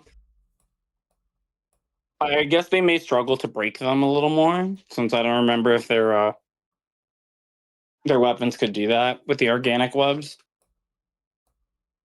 Maybe he's got experience or something. I don't know. Because the thing is, unless you really argue that Toby's just gonna like punch their heads off or something, or that he has that level of gap above them, I don't see why he would do that much better than Tom did. Since they literally are in the same movie and are comparable. Unless we're asserting that like it's only because of the Iron Spider suit, which I don't know if I agree Can we with. put the hand above No Way Home and Rage Tom? Do you think he's stronger than Brand New Day to the point where it would make like that difference? Because they were kind of dogging him. Yeah. I mean, he wasn't going. Yeah, he wouldn't be going all out. Because I think in Brand New Day he probably is like he's definitely trying because like people's lives are at stake, but he wouldn't be bloodlusted. So Right. So, do you think that distinction would make the hand stronger? the hand probably just because they like anger amps are kind of like unquantifiable. In some like verses, like it's like very quantifiable how strong it makes you, but like it's not like he's like a 2 times multiplier. So if they're both unquantifiable, I would probably lean with the hand just because they have the mutation's also a bigger boost. Yeah, well, yeah, definitely. They would just have hacks. So like even if he is stronger again, unless he's like bulldozing them and punching them so hard they die or whatever, then like they would still have hacks to counter him. I don't see why they would like lose to him.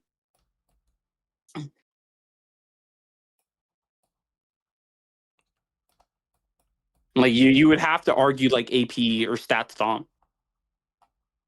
Because he has the same skill, if not less, right? Maybe you could argue gadgets, but he doesn't even use any when he's like rage boosted or whatever. He has arguably less. He has less experience, probably less IQ. Like he has like really nothing over them other than like, can he punch them out?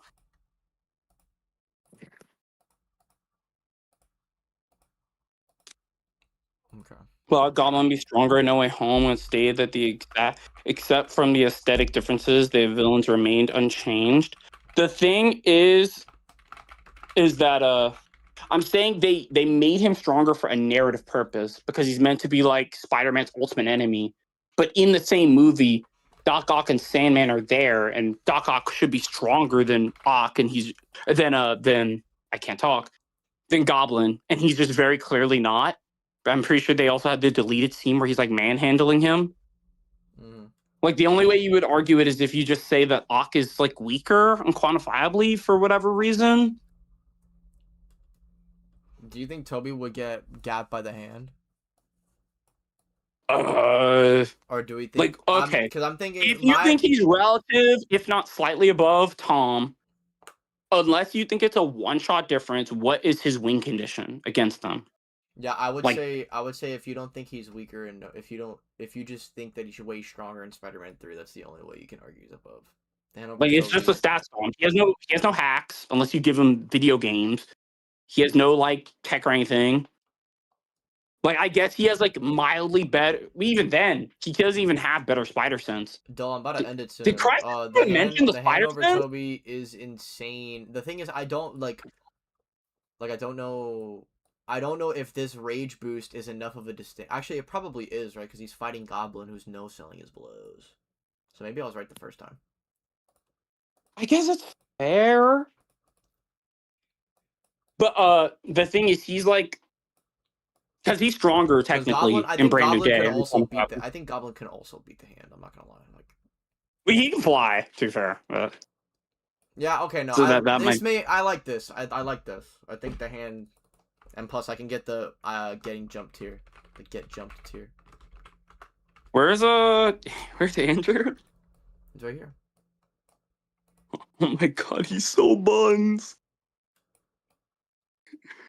Bro is not beating the hand. I think this is fair if you argue stats Tom. His Spider Sense is better than Tom's before his evolution, probably. Yeah, that's true. Which allows him to avoid their hits better. Maybe it's like kind of unquantifiable, but yeah.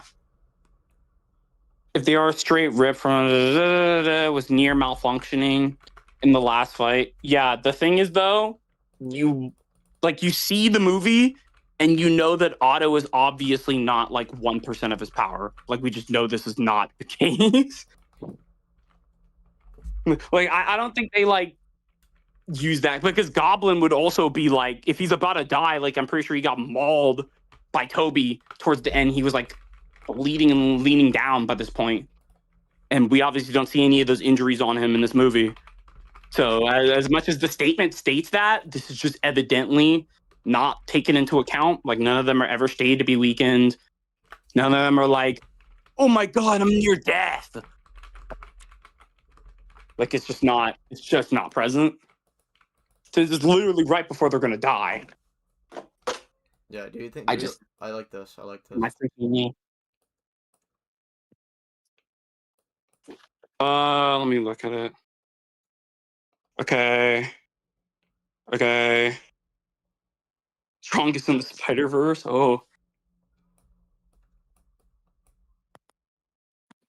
You can put those three up, and then yeah, just put those three up. I think that looks nicer. Brand New Day, yes. Brand New Day again. Oh, this is with the Gauntlet. Does the Gauntlet even do anything? Fuck, I have no idea where to put Scorpion on the list, guys. Bro, he's like piano level. He's probably bottom. Is he even above Mysterio? Like, would he even have a statement for that? I don't know. Unless we're using the one that's amped, then like I guess he should just scale to Brand New Day, right? Electro is weird, because base Electro fucking or a weaker Electro fried fucking. Fried Tom.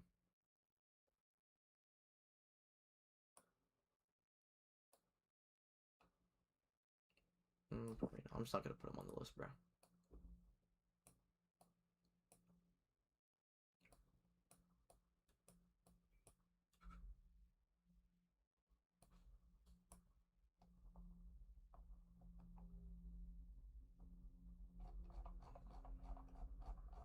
Yeah, this looks good.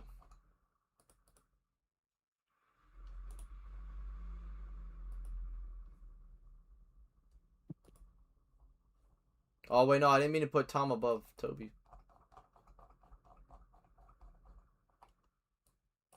There you go.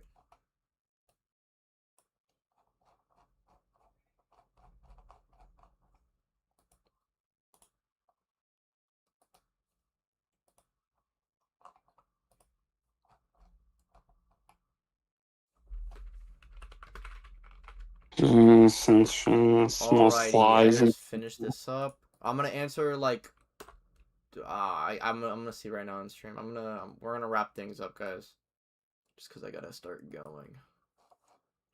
Well, Tom has no feats until Brendan did that compare to Toby being able to send shit as small as flies and a spitball when he first became Spider-Man. All right, so if you guys got But yeah, any I agree with Spice versus is better. questions, I you know better one get them thing out for the way sure. now. I bully Godspeed and Ty low div. Dank, me and you can safely say that about Godspeed, but come on, bro, you can't. Come on, don't do that to me, bro. What? Why would I'm Goblin literally be on your stronger in team? No Way Home? He has better feet. He's below the likes of Doc Ock. He would scale to him. He fucking cuts up the thing in No Way Home. And in the fight regarding the condo, specifically, they were intending on Goblin being different from the other villains because he's so strong in comparison to the others. Like a Goblin is just different in that movie. They are not following the same, and they clearly don't give a shit about the scaling. But with that being said, guys, yeah, Diggs. Sadly, you're right, gang. My fault. I'm doubling down on Godspeed, though. That's for sure. But yeah, guys, I'm gonna get up out of here. Yeah, Thank you guys so much for the donations. Thank you guys for tuning in. I'm gonna be keeping the stream up for y'all. The next video will be, I don't know, man. I'm gonna cook on this Thor video, but if I'm being honest, I'll probably do either the Punisher Butcher video or the Spider-Man UG video. But I'll see you guys in the next one.